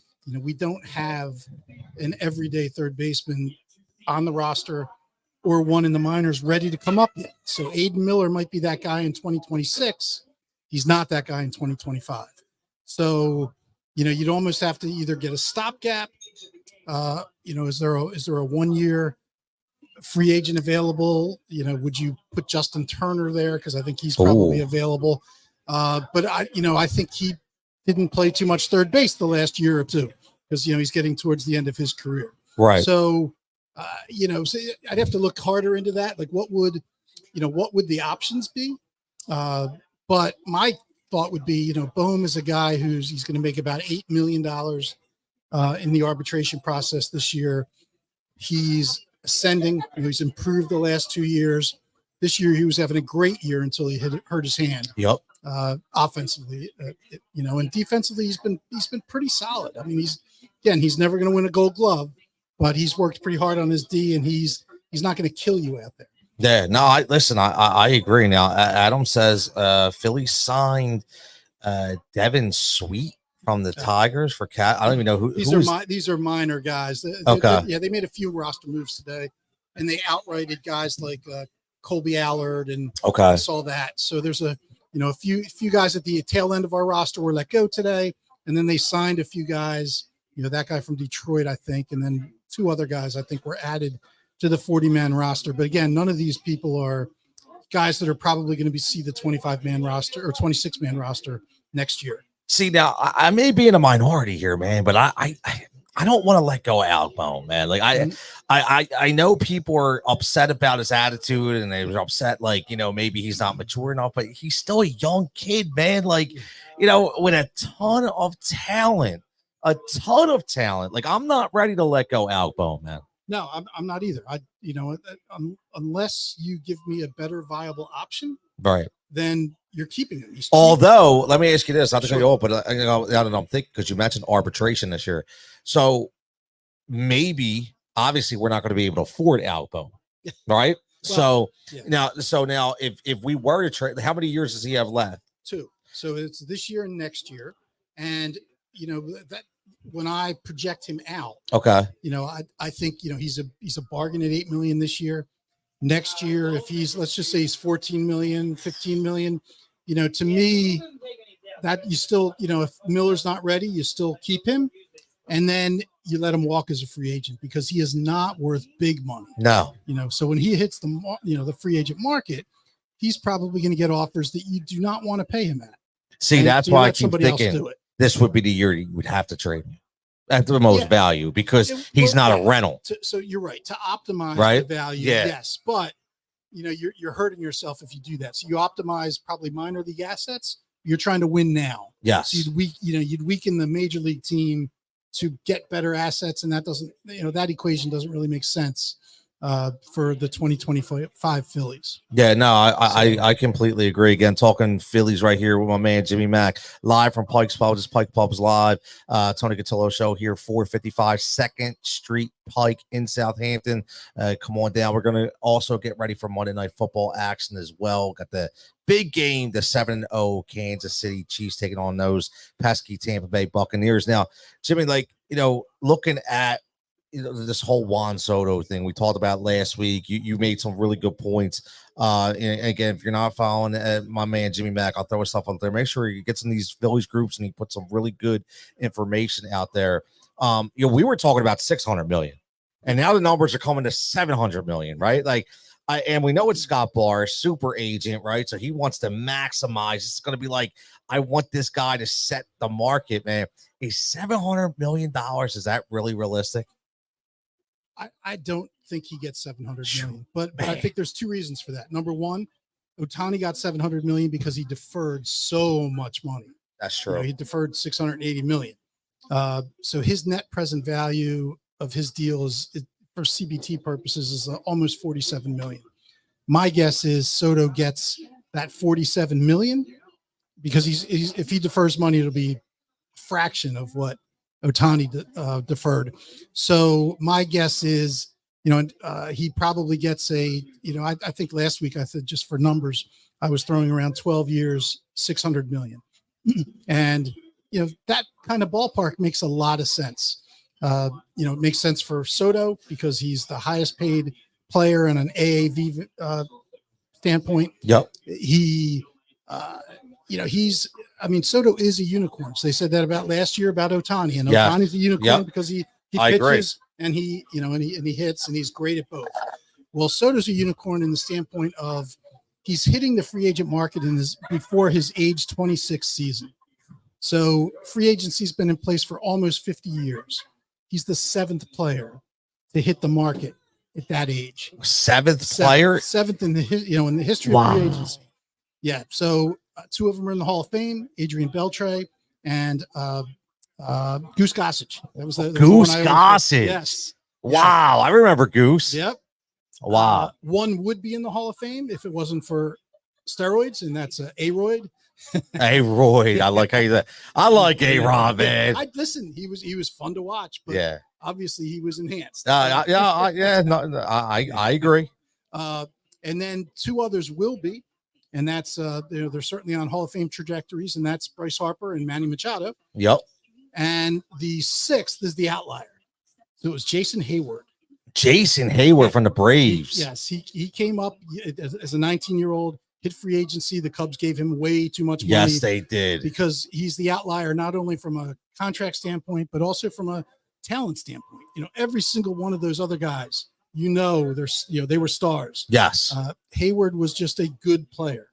I like that. He wasn't even above average. Exactly. He was just a good player. Exactly. Yeah. And then he regressed after he signed the big deal. Yes. So it made it even worse than it was to begin with. But that's really, Soto, I looked, last I looked at it, last week we looked at kind of the Phillies financial situation and what Soto's looking for, and that, hey, that money can work in the Phillies payroll. It definitely can. You laid it out perfectly, man. So this week I decided just to look at his hitter profile. So we all can look up his numbers very easily as far as home runs, RBIs, things like that, batting average. But I decided to say, hey, I'm a mixture between old school and new school. So I like looking at the analytics, but I don't use it as my be all end all. I like that. But looking at analytics, he becomes the best player on the best hitter on the Phillies team right off the bat. Right off the bat. If you look at his barrel percentage, 99th percentile in the league. You look at his average exit velo, 98th percentage in the league. You look at his hard hit percentage, 99th percentage in the league. You look at his bat speed, 94th percentile. His chase rate, 98th percentile, which is what the Phillies really need. They need that guy who's going to make pitchers work. Yes. And they're not going to go fishing. Work the count, man. Work the count. Damn it. If you look at his K rate, it's his 79th percentile. So he strikes out incredibly few times for a power hitter. And if you look at his what am I missing here? His walk rate. So his walk rate, 100th percentile. The only player in the league that walked more than him was Judge. So, he is an offensive player. He's like RoboCop. There's really no weakness. He becomes the Phillies' best player, hitter, which means that everybody else in the lineup improves because Trey Turner's now your third or fourth best hitter, depending on how you feel about Schwarber. Harper becomes your second best hitter, and now Castellanos and Bohm are like fighting for sixth. Probably like fifth, sixth, seventh. Something that's insane. You're going to make pitchers are going to wear out just thinking about getting through the lineup. Yeah, I mean, you instantly take Nick Castellanos and Al Bohm, like you were saying, and now there's no more pressure for them. It's like, they're just kind of like guys, exactly. And that's scary. I mean, Nick Castellanos was one of the best players in baseball for the second half of the season. I mean, so that is now if let's just live in a crystal ball here, right? And we were to sign. So like, what does this lineup look like, man? Like, what do you think this lineup would look like with Juan Soto in it? It'll be insane. If Soto's the only main man replaced, if he's the only new addition, like say he's the only new addition. Yeah. So, I think in that case, Schwarber still has to lead off. You put Turner second. You put probably Soto third, Harper fourth, and then I don't know if I would go Bohm fifth or Castellanos fifth. I think it depends on your. I'd probably have to look at numbers a little bit, but the only downside to Soto is he's a lefty, right? So then you'd have another lefty. Third and fourth would be lefties. Yep. So you got Bryson Stott as a lefty. You got a lot of lefties, man. Exactly, but Stott, of course, would probably be your eighth hitter in this. In this situation. It's crazy, man. I didn't even. The crazy thing is, like, I didn't even think that this was even an option. Like literally, like until I spoke to you, and then you brought up the numbers, and I've been getting more and more excited over it ever since then, because I'm like, wow, this is legit. Yeah. Like, this is real. Can we really sign Juan Soto? And now looking at the way this World Series panned out, and looking at what happened with Aaron Judge not being productive, and obviously Yankees losing, and you see the vision of Juan Soto just sitting there. Do you think that means it's more likely that he leaves New York because of that? I do, actually. I mean, I do too. The fact that sitting in his locker immediately after the World Series, and the reporters are throwing him questions, hoping that he will say, hey, I want to stay in New York, or I really enjoyed my time. He didn't say any of that. Yes, you're right. He did not. He said, hey, I'm open to all 30 teams. She's awesome. Yeah. So, I think he's a Boris client. Yep. He's been well versed in what to say or what not to say. Oh, definitely. I think he's definitely going to hit the market as a true free agent. And, he knows the way everybody else knows that, they saw that Yankees lineup and really it's like, hey, you get by 3 and 4, there's not much there. There's not much to be afraid of. And, the Dodgers, even with their decimated pitching staff, did a pretty good job of navigating that lineup. With Crazy. 2 of the best hitters, 2 of the top 4 hitters in all of baseball last year were in the Yankees lineup, and they went out in 5. It's not now. I just saw the other day that they Anthony Rizzo they declined his option, right? Yep. So the Yankees are going to change a little bit, and again, like what do you think?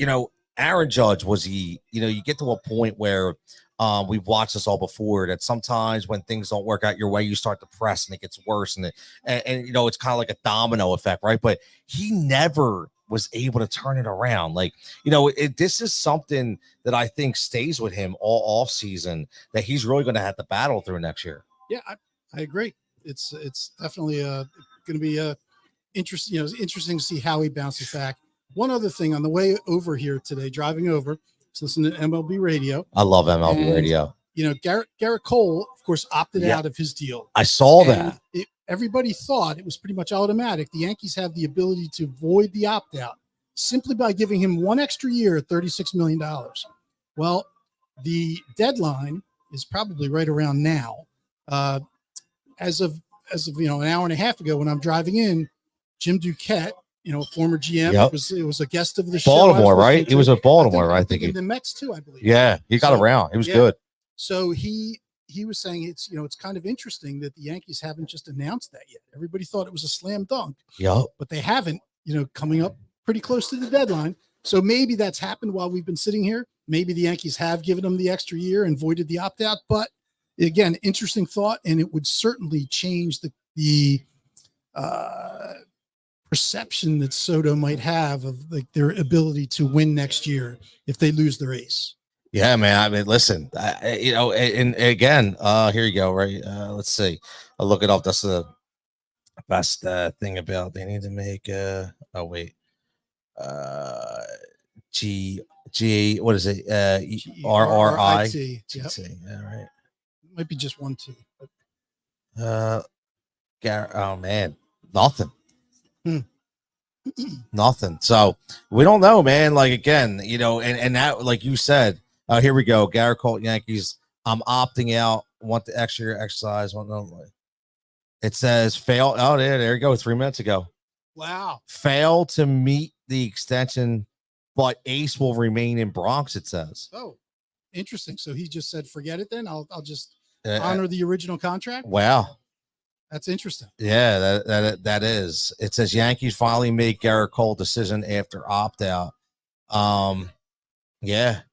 It says, so basically the Yankees asked Garrett Cole if they can restructure the deal so they can re-sign Juan Soto. So that doesn't bode well if they need other players to. Yeah, this is the New York Yankees. Exactly. And now they're saying, "Hey, we're crying poor. Hey, Garrett, can you take less?" That's weird. Yeah, that is. Let me ask you some general question here, talking about the Yankees and just general baseball, because you're a really good baseball guy. Giancarlo Stanton, watching him, and obviously we watched him with the Miami Marlins, and obviously now with the Yankees. And watching how dominant he can be. Now, he's had a very injury-riddled career, right? Yeah. But is he one of those guys that isn't talked about enough as being so damn dominant in the game? In your opinion? So absolutely. I think, because I never hear him talked about, like, ever, right? Well, he's been hurt so much the last several years. And it, it makes sense. I mean, he's mid-30s now. He's got one of the hardest swings. I talked about Juan Soto's, swings, bat speed, exit velocity wise and bat speed wise, Stanton's always in the top 1 or 2 in the league. Unbelievable. And I could just imagine what that does to your lats when you're that's true, mid-30s, and you're trying to maintain your dominance. I think that's where he's had a lot of breakdowns. It's just his body can't. I wonder if Harper's going to see some of that in the next few years. Because of how violent he swings. Exactly. Yep. I agree, man. So I agree. But Stanton's had a great career.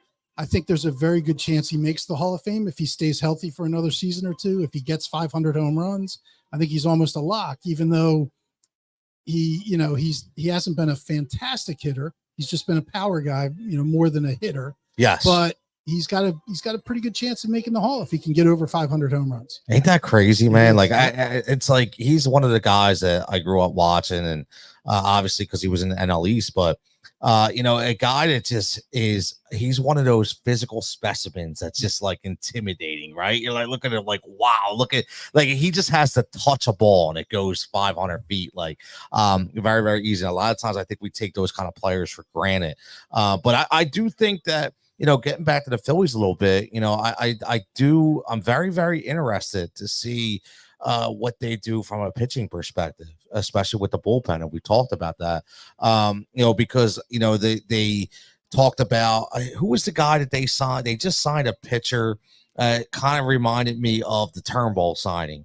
They just signed somebody, hasn't pitched in 2 years, but coming back. You're right. And that's my guess is they're going to take a flyer on a couple of those guys, which they should. Yeah, exactly. And there's no reason to do more than that. Right. They've got 4 guys that, if they stay healthy, are going to be there 1 through 4. Yep. They've got Painter that'll come up at some point in the season. Yep. And he'll be the number 5. And you just need a couple depth guys then, kind of like a Turnbull last year, who can fill in if there's injuries. There's one guy who's probably not going to get a lot of attention in free agency, with all the names that are out there, but Nick Martinez. San Diego, and he was with the Reds, I think, last season. Okay. So he's kind of a swing guy. So almost like, how Strom was with us when his first year here, where he started as the 5th starter because there was injury issues, and then he transitioned to the bullpen. Okay. Martinez has been that kind of guy the last 2 seasons, and he's done a really good job. He's not overpowering, but he's pitched to a mid-3 ERA as a starter, and then better than that when he was in the pen. So I think that's a guy you could look at maybe signing, as saying, hey, as a guy who can strengthen the bullpen but also be available to start, especially early in the year. If you want to keep Painter in the minors longer, and you don't want to throw Walker out there every 5th game. Please. Yeah, exactly. Please. Exactly. There's got to be there's got to be something better. And I like that. I like that. Yeah. A guy like Nick Martinez could fill that role and not break the bank.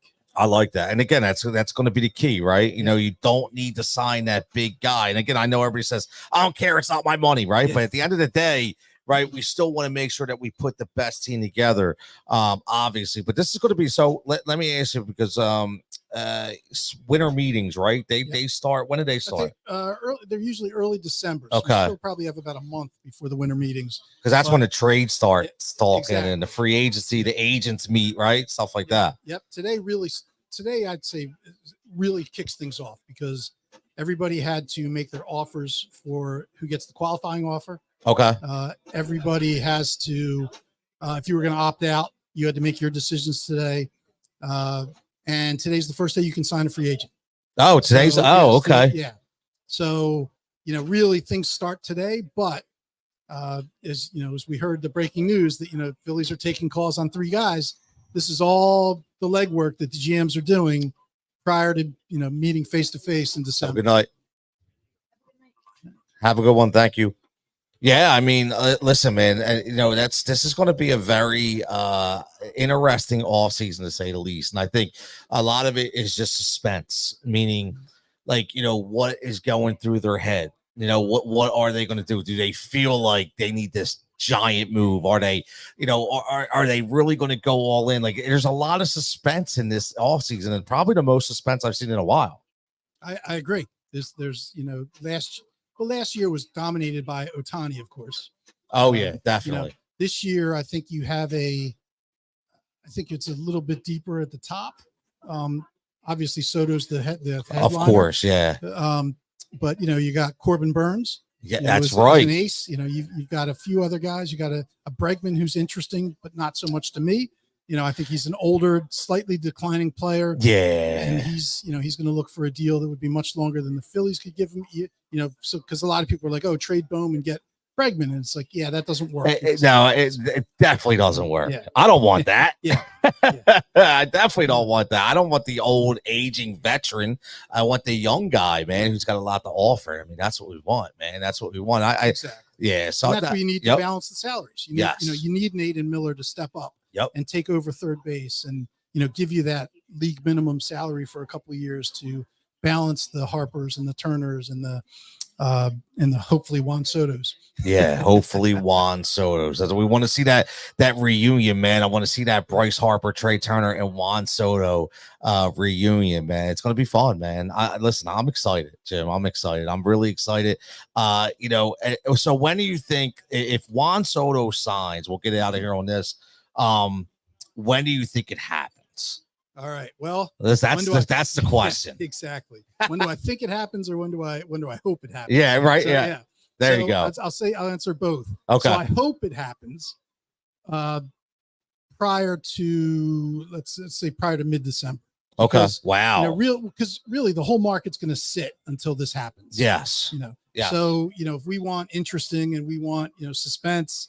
We don't want suspense where nothing happens for 2 months and then we get our answers. So hopefully he signs, opens up the market, by mid-December. I don't see it happening before the winter meetings. I think they're going to want to, Boris is going to want to hold court as he always does there. Oh yeah. He's going to want to work face to face with all those GMs and have them bidding against each other. But I'm hoping that, within a week or so after that happens, that they sit there and sign a deal.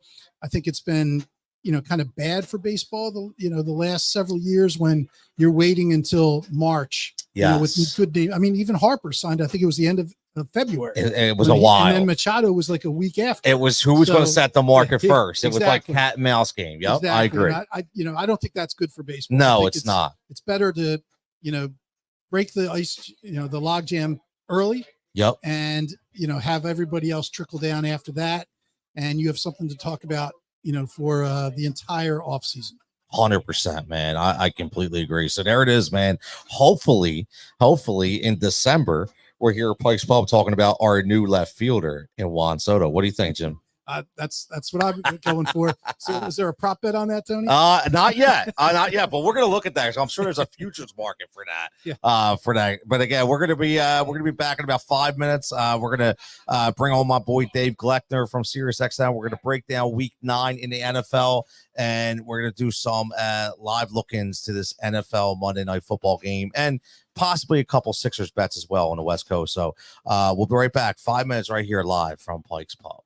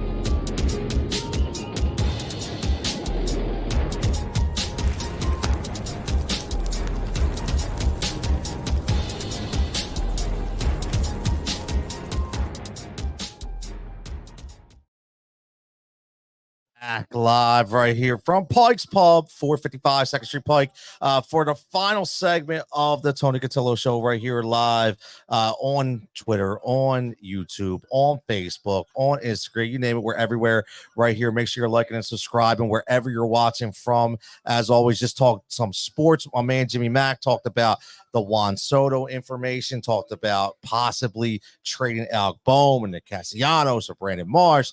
We talked about the Joel Embiid incident earlier. We got my man Sean Bernard in previewing the NBA game. But right now, I'm bringing another special guest, my co-host on Sirius XM, my man Dave Gleckner from Win Daily Sports from Sirius XM, and he joins us every week right here live from Pike's Pub. We're going to talk a little NFL. We're going to talk a little NBA. My man Dave, what's going on, brother? The Tony Cutillo Show. I love it. I love it. I love the intro. I love the name, the video. Man, you made it big. I don't know about that, but to me, you did. You know, hey man, I'm trying. Brothers trying, man. You know what I mean? Like, I got to give a shout out, like I always say, to the music from my boy Jeff Iatarola, my Tacconi brother, and my girl Chrissy Pressman, who did a fantastic job. 4K AI, Dave. She did that all on her own, man. Like, she said, "What do you want?" And I said, "Look, man, I want something with like a train going from cold to fire." And that's what she came up with, man. I thought she killed it, man. I do. I thought she killed it. It is awesome, man. I love it, and I'm pumped to be here tonight. You got the great things going on, but you know we're looking good in Philly right now, and there's a lot to talk about. Obviously, breaking down that game yesterday, but we do have to take away the end result. And the result is we were 6-2 with a chance to be 7-1, maybe 5-3. You know, we could go either way. I think 6-2 is right where we need to be. And in a watered down NFC, if the Eagles play right and stay out of the way of their coach, I mean, I think they're the second best team. I agree, man. It's crazy though, Dave. How do we get here, man? Like, I don't know. right? Like, what the hell is going on? I mean, we were talking about firing a damn coach. We're talking about getting rid of the coach, and now all of a sudden we're 6-2, right? Yeah, I mean, it's crazy. Yeah, he can still go. I don't care. But so really, what it is, it's as simple as three things: Saquon Barkley, AJ Brown, the defense. Yes. You can win football games with those three things. That Saquon Barkley move was one of the most, eye-dropping moments in a football game that I've ever had. And, just to, not even get hurt from that. I couldn't even imagine trying to even do that over a little ball on the floor. But this guy went over a 6-foot man jumping backwards. It's a tremendous. AJ Brown's injury came back better today, so that's good. He's a game changer. And then that defense, it's special, Tone. I don't care about a couple drives they let up late. That's Nick's fault in some of it. Yes. They shut Jacksonville out for pretty much 3 quarters. The defense is really impressing me. I'll tell you, man. We talked about it last week, and all it did was it empowered the excitement and the analysis that we had last week, bro. They don't even throw to Q side anymore. They don't even throw to it. He's a rookie, bro. He's shutting everybody down. First play of the game, I'm like, Q, you're a little off the line a little bit. Let up maybe an 8-yard. I never heard his name the rest of the game, ever. And that means because they never threw to him. Like you said, one time I saw 27 on my screen. That's it. But his other boy in the draft class, Cooper DeJean, looks like a real one too. I mean, he did it again, chasing people around, making big 4th down plays, big 3rd down plays. He's just an exciting force when deployed rightly. And it's funny. We haven't really had a good linebacking duo since maybe Carlos Emmons and Jeremiah Trotter. I'm going back that far. And there they are, Zach Bond and Nakobe Dean. I mean, they got an A in many people's grades yesterday, and I'd be even getting near an A+. They both had an interception. That's what we've always wanted, right? Those hard-hitting, quick, side-to-side linebackers. And it looks like we got them. You know what, man? It is nuts, man. And again, Zach Bond is that kind of guy. It was going to go one of two ways, right? Because we've always had the Zach Bond. We've had the Mark Seminos and these guys that would just come in and be like, they're going to be okay. But now this dude's like a legit football player, man. And again, man, you just watch.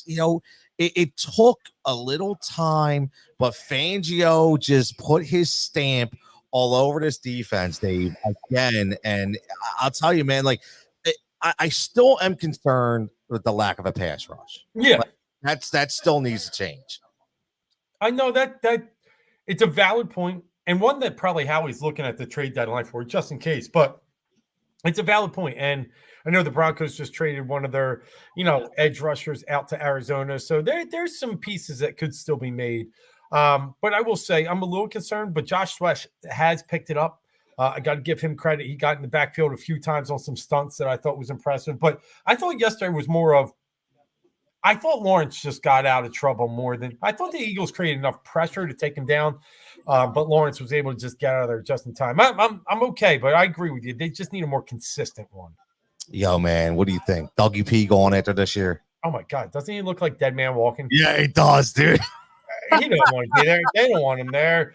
No. He's it's a shame because that division, Houston obviously at 6-3 is very good, but you've seen some kind of weaknesses in them with Stephon Diggs now out. Obviously, Nico Collins still, hurt, but might be back in a couple of weeks. And they're down to 6-3, and they have a huge game coming up this weekend against Detroit. So that division was gettable, but he is and the Jags have lost a lot of close games. I give him that, but it's too little, too late. Doug's out. I agree. Yeah, man. He just, and he looks, Dave, he looks tired. Yeah. Like, right. Like I was looking at him on sideline. I forget what play it was. And he just looked, you could tell he just looked exhausted. Like he's ready, man. He's ready. And I think the most disappointing thing of all of it is that he never turned Trevor Lawrence into a better quarterback. I mean, the guy had, I don't want to call it, the top potential of the last few years, like guys like Caleb have been anointed, and now we're seeing Jaden Daniels. But he was a pedigreed quarterback that was very highly sought after in college and after, won some national championships, and he just hasn't gotten better. No, man. Listen. You know what, man? I'm not even gonna get into it because I'm not that kind of guy. No, I'm not a T-Law guy. I'm not a Jared Goff guy. But I gotta ask you, man. Like this Detroit team, dude. Like they're very, very powerful, man. And I know, listen again. I'm joined by my man Dave Glecker. You can follow him at DGlock, DGLOECK on X. My fantastic co-host on Sirius XM does a ton of work at Win Daily. As always, where our bets are powered by tonight. And Dave, I know we talked about it with Dan Campbell, right? And we made earlier in the discussion, we talked about, with Nick Sirianni, with him, making the idiotic decisions and stuff like that. And Dan Campbell kind of doing the same thing, but learning from them and changing his role a little bit this year. Looking at that Detroit team, man, like, are they beatable at all, man? Like, they look really good. It's going to be tough. I mean, that was their first kind of game outdoors this year, and they dominated a previous team, a team that was previously 6-2. And one of their bitter rivals, by the way, at their place in Green Bay type weather.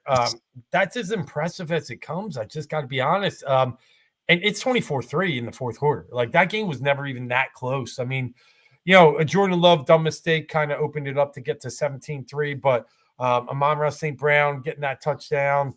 They can beat you in so many different ways. That's what I'm getting at. The defense can score. Amon-Ra's, a red zone problem. And then you got Sonic and Knuckles, and they haven't even dusted off Sam Laporta yet. It's just they're dangerous, man. The only thing you could say is, will Dan Campbell get too stupid? Because we know there will be a point. But now that you're this good, maybe his decisions won't impact them. But maybe it does in the playoffs. And then does the lack of Aiden Hutchinson or that void impact them against a good mobile quarterback? So we'll have to. Those are only two ways I think you can beat Detroit. You're gonna have to beat them in a shootout, I feel. Yeah, man. I definitely. I agree. I mean, you're going to have to score a lot of points. Yep. They got that great dual running back threat with Montgomery and Gibbs, and it's just endless. It really is. And again, their secondary is legit, like you said. Pass rush could be susceptible now with no Aiden Hutchinson. But I want to ask you something about your boy, man. And I've been waiting to ask you with this whole Anthony Richardson situation. I want to see where you're at with it, because At first it was like, okay, Joe Flacco, he came in, he looked good, he could run the Steichen offense. It looks like that Richardson can't. But at the same time, I'm thinking, this is a young kid.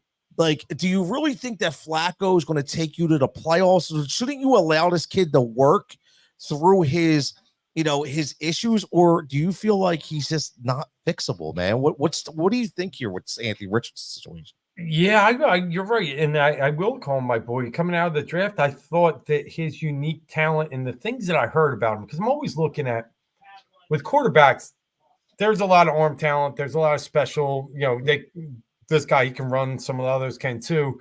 But really, it's that sixth sense. And I heard so many good things about how he was a leader, how he was last one in the gym. So when we got to the point that he tapped himself out because he was tired, it went against everything that I heard about him, because that's not leadership, right? That's somehow, some way, I need a break. I'm not the guy. It's the moment's too much, right? So that got me worried. But then you watch, and all the points you made are valid. I think what they needed to do, they saw what the Flacco experience once again is. That was the least points they've ever scored. It was 6 under Steichen. I think they never got into the red zone. It was the least yards they've had. Yeah. Okay. Now you showed everybody. It was almost like show the media, show the fans. Okay, we'll listen for a minute, but we got to bring him back in. And I think he needs to play. Yeah, but they came out and said he's starting next week. Flacco? Yes. Yeah. I'm really surprised at this, man. I really am. And look, if he does, Dave, then I just think that you have to finish the entire year with Flacco. Like, if you're going to do this, then just finish the year with Flacco, man. Like, seriously, what they did in Carolina looks like it worked a little bit, right? You take Bryce Young out, and now all of a sudden he looks like, okay, take the pressure off the young kid, right? Maybe I'm wrong here, but you know me. I look at things, and I know you do too. But, every time I was watching that game, and number one, why the hell that game was flexed out ridiculous to me. That was the worst football game I've seen in friggin' months, man. I was asleep. Yeah, right? It put me to sleep. The only reason why I watched it because I had bets on the damn game, right? Right. That was the only reason why I watched it. But every time they went to the sideline, it number one, Flacco and Richardson weren't even looking at each other. And then they both looked like they were so disinterested in anything going on. Like, it was just really weird to me to see that, because I'm like, do any of these guys even care, man? Like, it's crazy. It is. But I look back at this, and I can understand, if there's some trust issue and they just got to leave Joe in there. But the right football decisions, Anthony Richardson. I'd go back. Joe Flacco lost to the Jacksonville Jaguars. He barely beat the Tennessee Titans by 3. Now he's lost to the Vikings. They haven't played better with Joe Flacco at starting. He's 1-2. The Colts beat the Steelers, a pretty darn good team, with Anthony Richardson at quarterback. Now, Flacco did have to come in and sub him, but they were also competitive, and they beat the Bears with Richardson at quarterback. I don't know. I think the team plays a little better with him there. It must be a trust issue right now with the team, because you're seeing it with Derek Carr, right? I'm going to be very curious what they do now that Dennis Allen's out of there. A lot of words, especially from your boy Michael Thomas, which, by the way, I thought was hilarious. What is going on with that? Came out like nowhere, too, man. I loved it. I'm not a Derek Carr guy. I thought the way he treated the Las Vegas situation when he got benched and pretty much quit on the team was embarrassing and abysmal. He thought he was better than he was. Escapes to New Orleans and hasn't done much better there. It sounds like it's starting to catch up to him. It could be, man. He's a limited quarterback. I think we all know that, right? Yeah. If he wasn't limited, he'd be playing somewhere, and he wouldn't have been moving, team to team. I mean, it's almost like what went on with the Hassan Reddick situation, right? You have a guy who, as a young guy, and for some reason he's on 3 teams in 5 years. I mean, there's got to be a reason for that, right? I mean, you saw it. But looking at week 9 NFL, just going around the league, man. Like, anything surprise you yesterday? I did pick. I thought Miami was going to be the upset to beat Buffalo. Called that on Sirius. By the way, I was happy about that. that I thought that was going to happen. But A-Chain, man, like, like that dude is absolutely legit, man. Like if they use him the right way. But looking at the Buffalo side, I just don't, the offense, Dave. Like now Keon Coleman's hurt. It looks like Amari Cooper didn't play. But I don't see where they're going with this offense, man, to be honest with you. Yeah, and I was with you. I had Miami as one of our picks on Win Daily Discord. The 6.5, like, let's just from a betting perspective, Miami was a 2.5 point favorite in week 2 or 3 against the Bills. The same team's shaping off 5 weeks later, and it's a 9-point swing. 2 home fields, you could see maybe 6, but like it was way too much, I thought, to swing. So I was with you. And I mean, Miami's a decent team with Tua at quarterback. Yep. They need to fix some things, like you said. A-Chain's been great. They haven't found a way to get Tyreek the ball, which is just how's that happen? I don't get it. I don't get it. I mean, the guy almost had 2,000 yards last year, and he's going to struggle to get 1,000 this year. Yeah, it's crazy. He's got 446, and they played 8 games, or 9 games now. Oh no, they're 8. It's wild. But yeah, on the Buffalo side, I'll say they're a little surprising from the standpoint of I don't know how they're doing it. I just don't know how they're beating these teams, and in some cases pretty bad, like Seattle and such. I don't see the offensive explosion. I'm like you. I think the yards, I think they got outgained yesterday too, if I remember right. Yeah, Miami outgained them by 50 yards. Yep. They're a little surprising to me. I guess if I looked at the whole week 9 landscape, the one thing I will say, I was surprised. Now, injuries did happen, but that Dallas got handled that easily. I just think the Falcons have really let teams back in games this year. So I was just surprised that they're dying this quick, and I love it. And it's been great. I think they're done. And we know with Dak being out this week. And another one, the Rams are back. I mean, we've always said it. They were a dangerous team. I mean, the Cardinals, yes, have jumped out to the division lead, but the Rams have won 3 straight. Puka, we'll see what happens if he gets suspended. But with him and Cooper Kupp and having that great running back, the Rams are back. The Rams are, and you know what's funny about that? Like, and again, we're both Sean McVay guys. We've talked about that before. Matthew Stafford, again, and another quarterback that just gets forgotten about, right? They people forget how good Matthew Stafford is. But I'll tell you what, man, Kyron Williams, and we talk everything, right? We talk fantasy, we talk sports betting, we just talk sports in general. But from every perspective, man, this kid is, like every time I turn around, this dude's making a big play, whether it's from the receiving end, whether it's from the running end. And I've said this before, McVay, everybody was so worried about Blake Corum. Stop with the Blake Corum effect, man. That was never happening. This dude is a bell cow. So yeah, like I'm with you, man. Like this is a team. And I heard today, I don't know if you heard it too, that there's whispers that they're looking to trade for a tight end. So and the David Njoku name keeps coming up from Cleveland, and I mean, dude, if they get Njoku, man, that's and you can get Puka healthy and Cooper healthy, man, I'll tell you what, man, this could be a team that's going to cause some issues. Yeah, I mean, Kyron Williams 23 touches to Blake's 1. Yeah, I'm with you. Yeah, right. Yeah, right. And I love that. That's what it should be. If you got the better player and a guy that is physically able to do that. I hate the running back share unless you have to. But yeah, I mean, listen, if they get that piece, and you can look at it, obviously, like I said, Cardinals out there at 5-4, but this division is wide open. I mean, it might only take 10 to win it. The Rams can smell it, and they have a Super Bowl winning quarterback and coach. Defense is rounding into form a little bit too. They're starting to create a lot more pressure on the quarterback. I know they gave Geno a lot of problems yesterday early on. They ended up sacking him, I think, 7 times. So if you get that defensive pressure and you can play offense the way they do, I think they're dangerous. I agree, man. I agree. There's a lot of teams, I think, this year that are going to kind of play spoiler, right? I do, because there is a lot of parity in the NFL. I mean, look, how about that play by Drake May yesterday? Oh my God. Like, what are the odds, man? Like, I mean, yeah, they lose it in OT, but to get them to OT, right? I mean, it's just unbelievable, man. Like, there was a lot of good football plays yesterday. Capped off with one of the most amazing catches I've ever seen at Devontae Smith. Yes. Yes.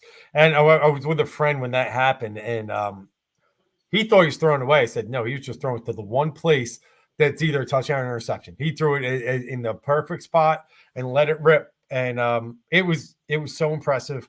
And Devontae stepped up big, especially as soon as AJ went out. Stepped up. Jahan Dotson had a big catch as soon as AJ went out. They got some really good help from their players yesterday, in spite of that injury to AJ Brown. So, but Devontae's catch was amazing. I still can't believe he caught it, man. Still can't believe he caught it. Again, talking to my man Dave Gleckner, one of my co-hosts over at Sirius XM on the Win Daily Show. Make sure you're dropping them at windailysports.com. My man's dropping all kinds of content every single day from NBA, NFL. And speaking of NBA, Dave, we got a West Coast game tonight, man.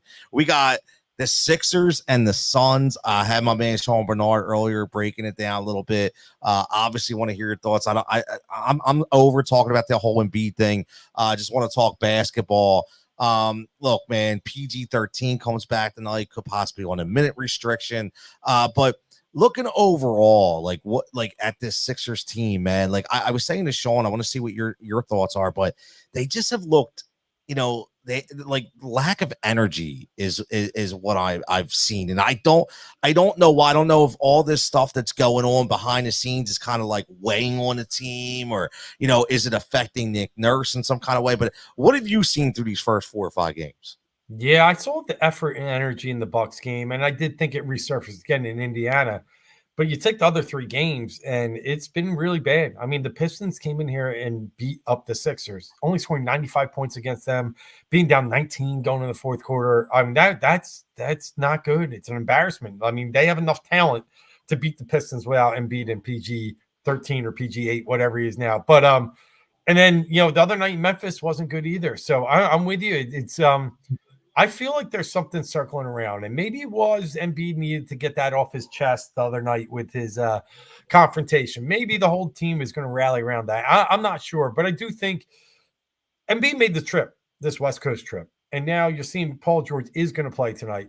So maybe good news along the way. But I will tell you, I mean, 1-4 is as bad as it gets right now. Like, it's a bad start, especially losing to Toronto, losing to the Detroit Pistons. It's not a good slate, but I do have some optimism because I think, like I said, 95 points against Pistons, 107 the other night against Memphis, even though a lot of that was late.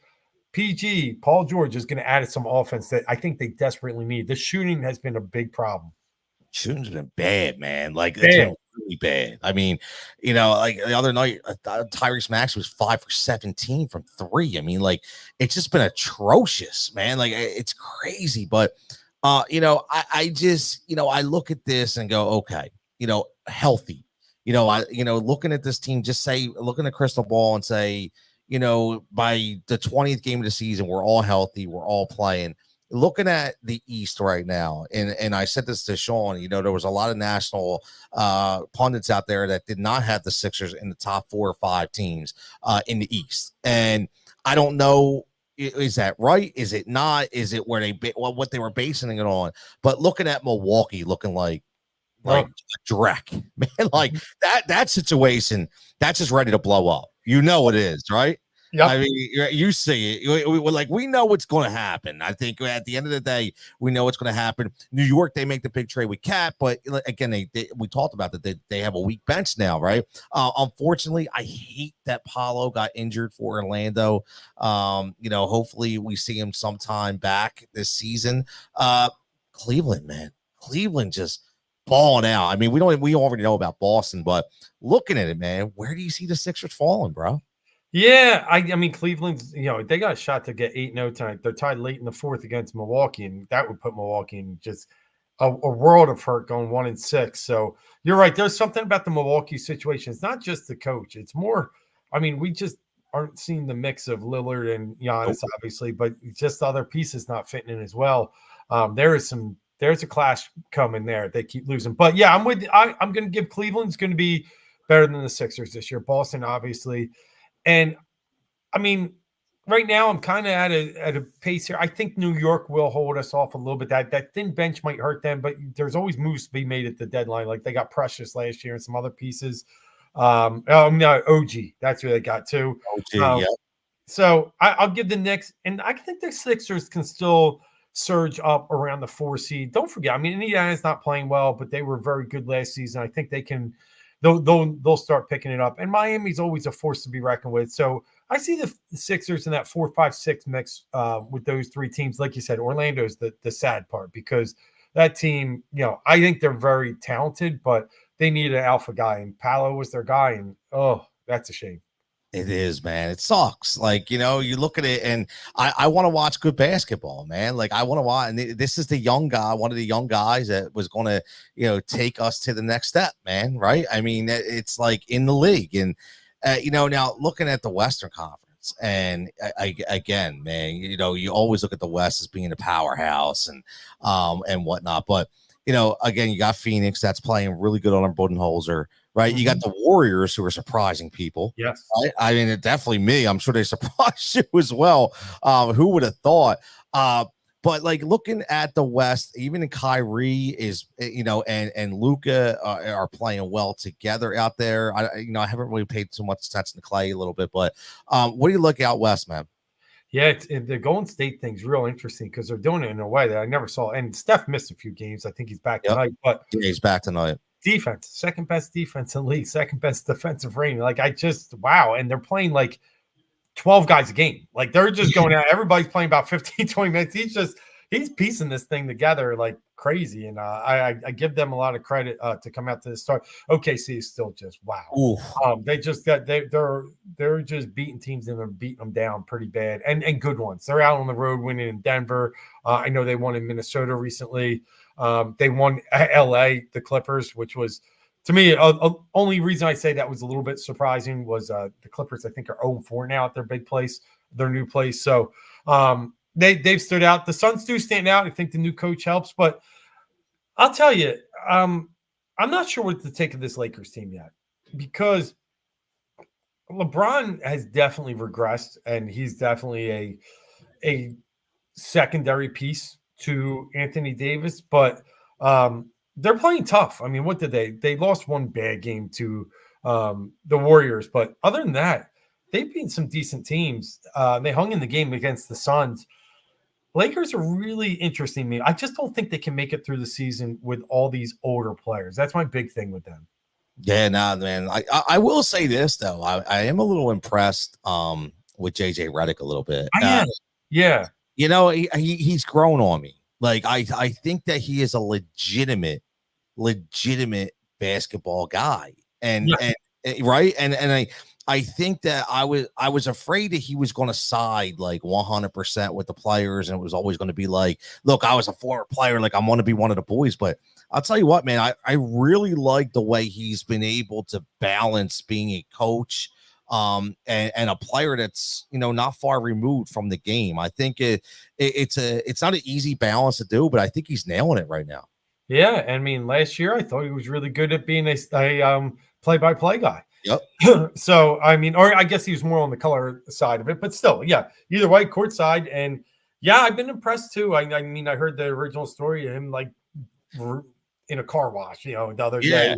Pretty cool, and it wasn't. He's like, listen, someone's going to report this. That I don't need that reported. That wasn't me. I just had a few minutes. I needed to look at stuff, and they saw me doing it. Like I thought it was a real response to it. He's not trying to be fake. He's trying to be him. And I do think he's gonna. I do think he brings a little bit of LA to them too. If you know what I mean. He's got the hair. He's got the look. I think they dig that too out there. So if you got the fans on your side, you definitely have a step in the right direction. But Tony, I will also say one other team to still look out for. I'm thinking is going to get there this year is Houston. I like really. Yeah, I do. I love Sengun, and Jalen Green has turned into like an electric player in this league. I have him on one of my fantasy teams, but he's averaging 24 plus points a game. I think they have nice little pieces there, young players. So I think last year they made a late run, almost made the playoffs. And I think this year might be a year you see them hop into the playing games. Wow. Listen, I'll tell you what, man, they're young and they're fun to watch. Yeah. Or they really are. And the thing is, as long as they can play disciplined basketball, again, they have every shot, especially with the playing game, like you mentioned, with the way to get in, that they do have that opportunity. I like it that there's so many good teams. Listen, I like basketball, man. Like, I like the NBA. I'm so happy the Sixers are on tonight at 10:30. Like, I love the West Coast game, man. Like, I cannot wait to watch the West Coast game. But before we get out of here, Dave, we got a Monday Night Football game going on right now. We got the Chiefs and the Tampa Bay Buccaneers. Looks like they're only 3-0 right now. But what was your take in this game, man? Do you think there's any way? I mean, look, Tampa Bay's holding them a little bit, but what do you think for a result for this game? Yeah, I mean, it's another Chiefs game, right? It's already slow paced, 3-0 at the end of one. They just they're not very sexy anymore. But not just that, they just I broke it down on One Daily Sports earlier, and the biggest thing is you've seen them just decline in all their offensive numbers. They used to average over 300 yards a game passing. Now they're down to about 224. It's just a very different flavor of how they do things. Now they're very good on defense. They're number 2 defensive team according to DVOA. They're number 2 in yards allowed. Like, they're good, right? And that's really where they do things a lot differently. So what I'm saying is it's a typical Chiefs game in my mind so far. You'll get the Mahomes moments coming up. They'll be able to pass against this team. They'll move it. But I think the Bucs have a fighting shot of keeping this close. Saints kept it close there for a while until Derek Carr tapped out with a hip injury. And I think the Chiefs pull away late. I do think they end up getting the cover. I think they win by about 10-12. But they're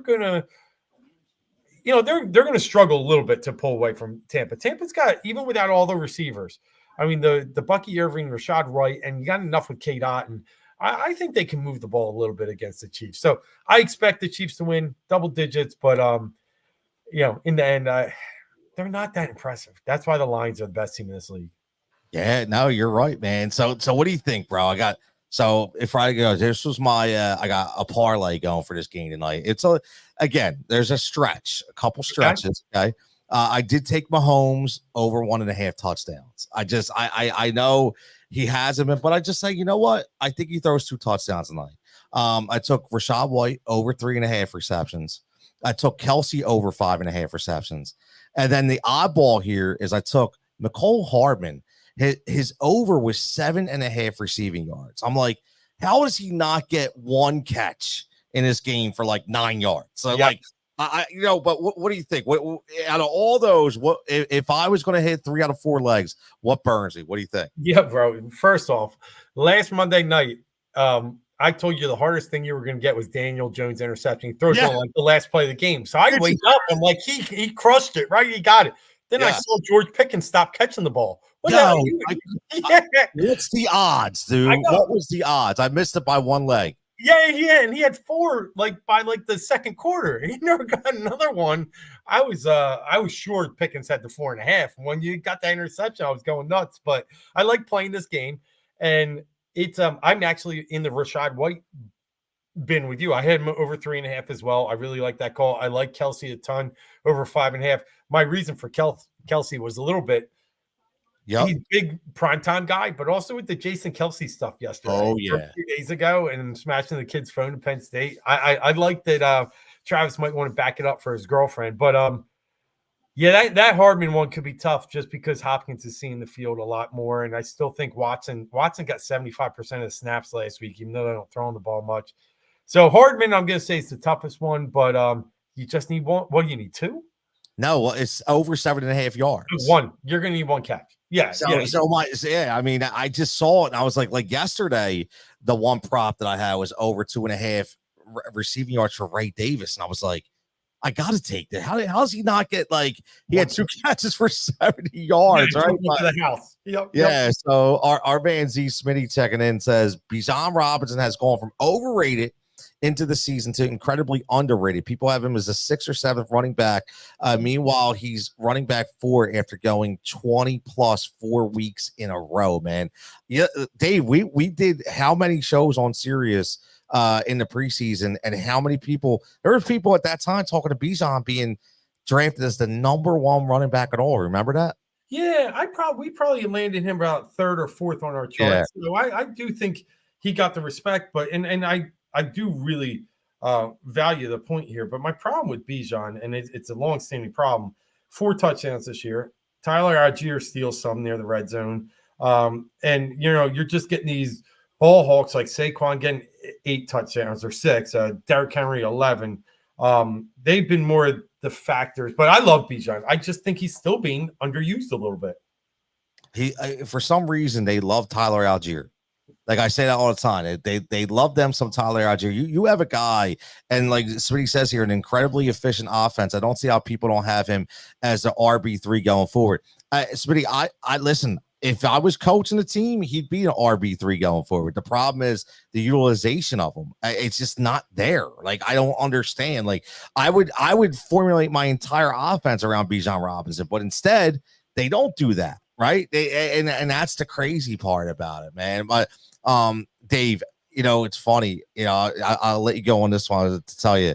So I won this week in my main fantasy league. I'm 9-0. Nice.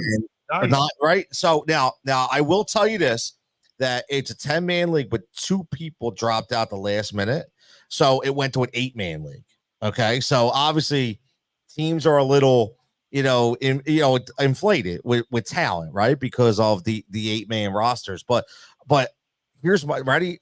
How much we talked about, in the off season about running back. So, I was a Saquon guy, right?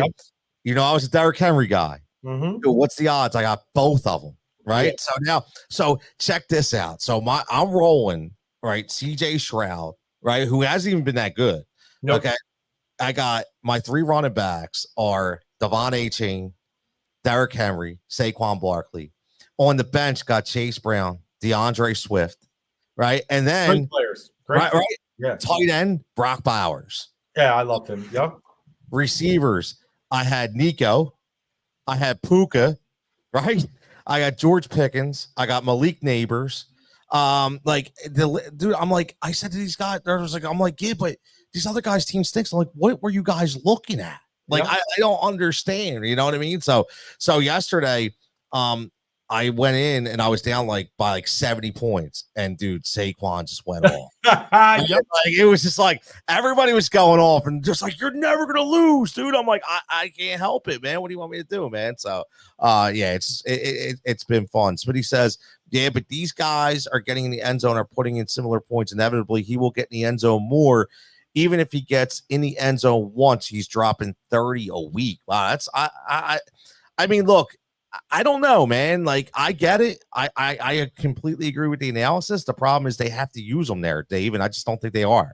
Yeah. No, I mean, listen, you can love Bijan. I love Bijan. I think he's a special talent. I think he's probably one of the top 3 running backs in the league talent-wise, but I'm still convinced that they have a deep offensive system that doesn't use him enough, and the other guys will get the touches. Now we're going to watch. Drake London got kind of banged up. I think that was a concussion. It could open up some more room for him to get some end zone opportunities. So yeah, he's never going to be consistent 30 points. That's asking, that's back to LaDainian Tomlinson days, but consistent over 20, I take every day. And I think that's realistic for Bijan. And that's great, by the way. Yeah, no, 100%. He's definitely up and coming. Rachaad White just scored, by the way, scored a touchdown for there we go. Tampa Bay. So again, everybody thought Rachaad White was going to go away. He's still hanging around, man. He's still hanging around. But Dave, man, I'm gonna let you get out of here. I appreciate you joining me as always, man. What you got going on this week, brother? Yeah, we're just sending them some big things with our college football show on Saturday. We'll be going over the big games. My son was just out at Penn State, Ohio State. So, I mean, college football is alive in this house, and fam, that was a tough one. James Franklin is we got some questions to answer. Yeah. But the other thing, obviously get some betting articles out. I had a Monday Night Football article out. Big day. I mean, this weekend, 6-2-1 in Discord, 3-1-1 in the bets and the article. So we're starting to really see the trends start to move in the right direction. What we've seen a lot in the first 8 weeks was a lot of public-sided bets had been dominating or at least winning. And now we're starting to see a little bit of a swing. So something to keep an eye on in future. And that's like what you said. The Miami bet was, one of those that not a lot of people probably backed and saw coming. I actually liked Jacksonville with the points yesterday too, and got probably fortunate there. But yeah, we got a lot going on. And as always, we're staying active on Discord and here and on Twitter. Yeah, man, I love it, man. You can follow him DGLOECK. All right, brother, you have a great night. Enjoy watching the Sixers games, man, and I'll talk to you this week, obviously, and hopefully next Monday as well. Yeah, be good, brother. All right, man. Have a great night. I'm my man Dave Gleckner again, checking in as always on the Tony Cutillo show here at Pike's Pub. And before we get out of here, I want to play this. I noticed this that it came on before the game. This is Jason Kelsey talking about the incident that happened on Sunday Night Football. Just in case we didn't hear it, I think he issued a statement. So let me play this for you. See what he said.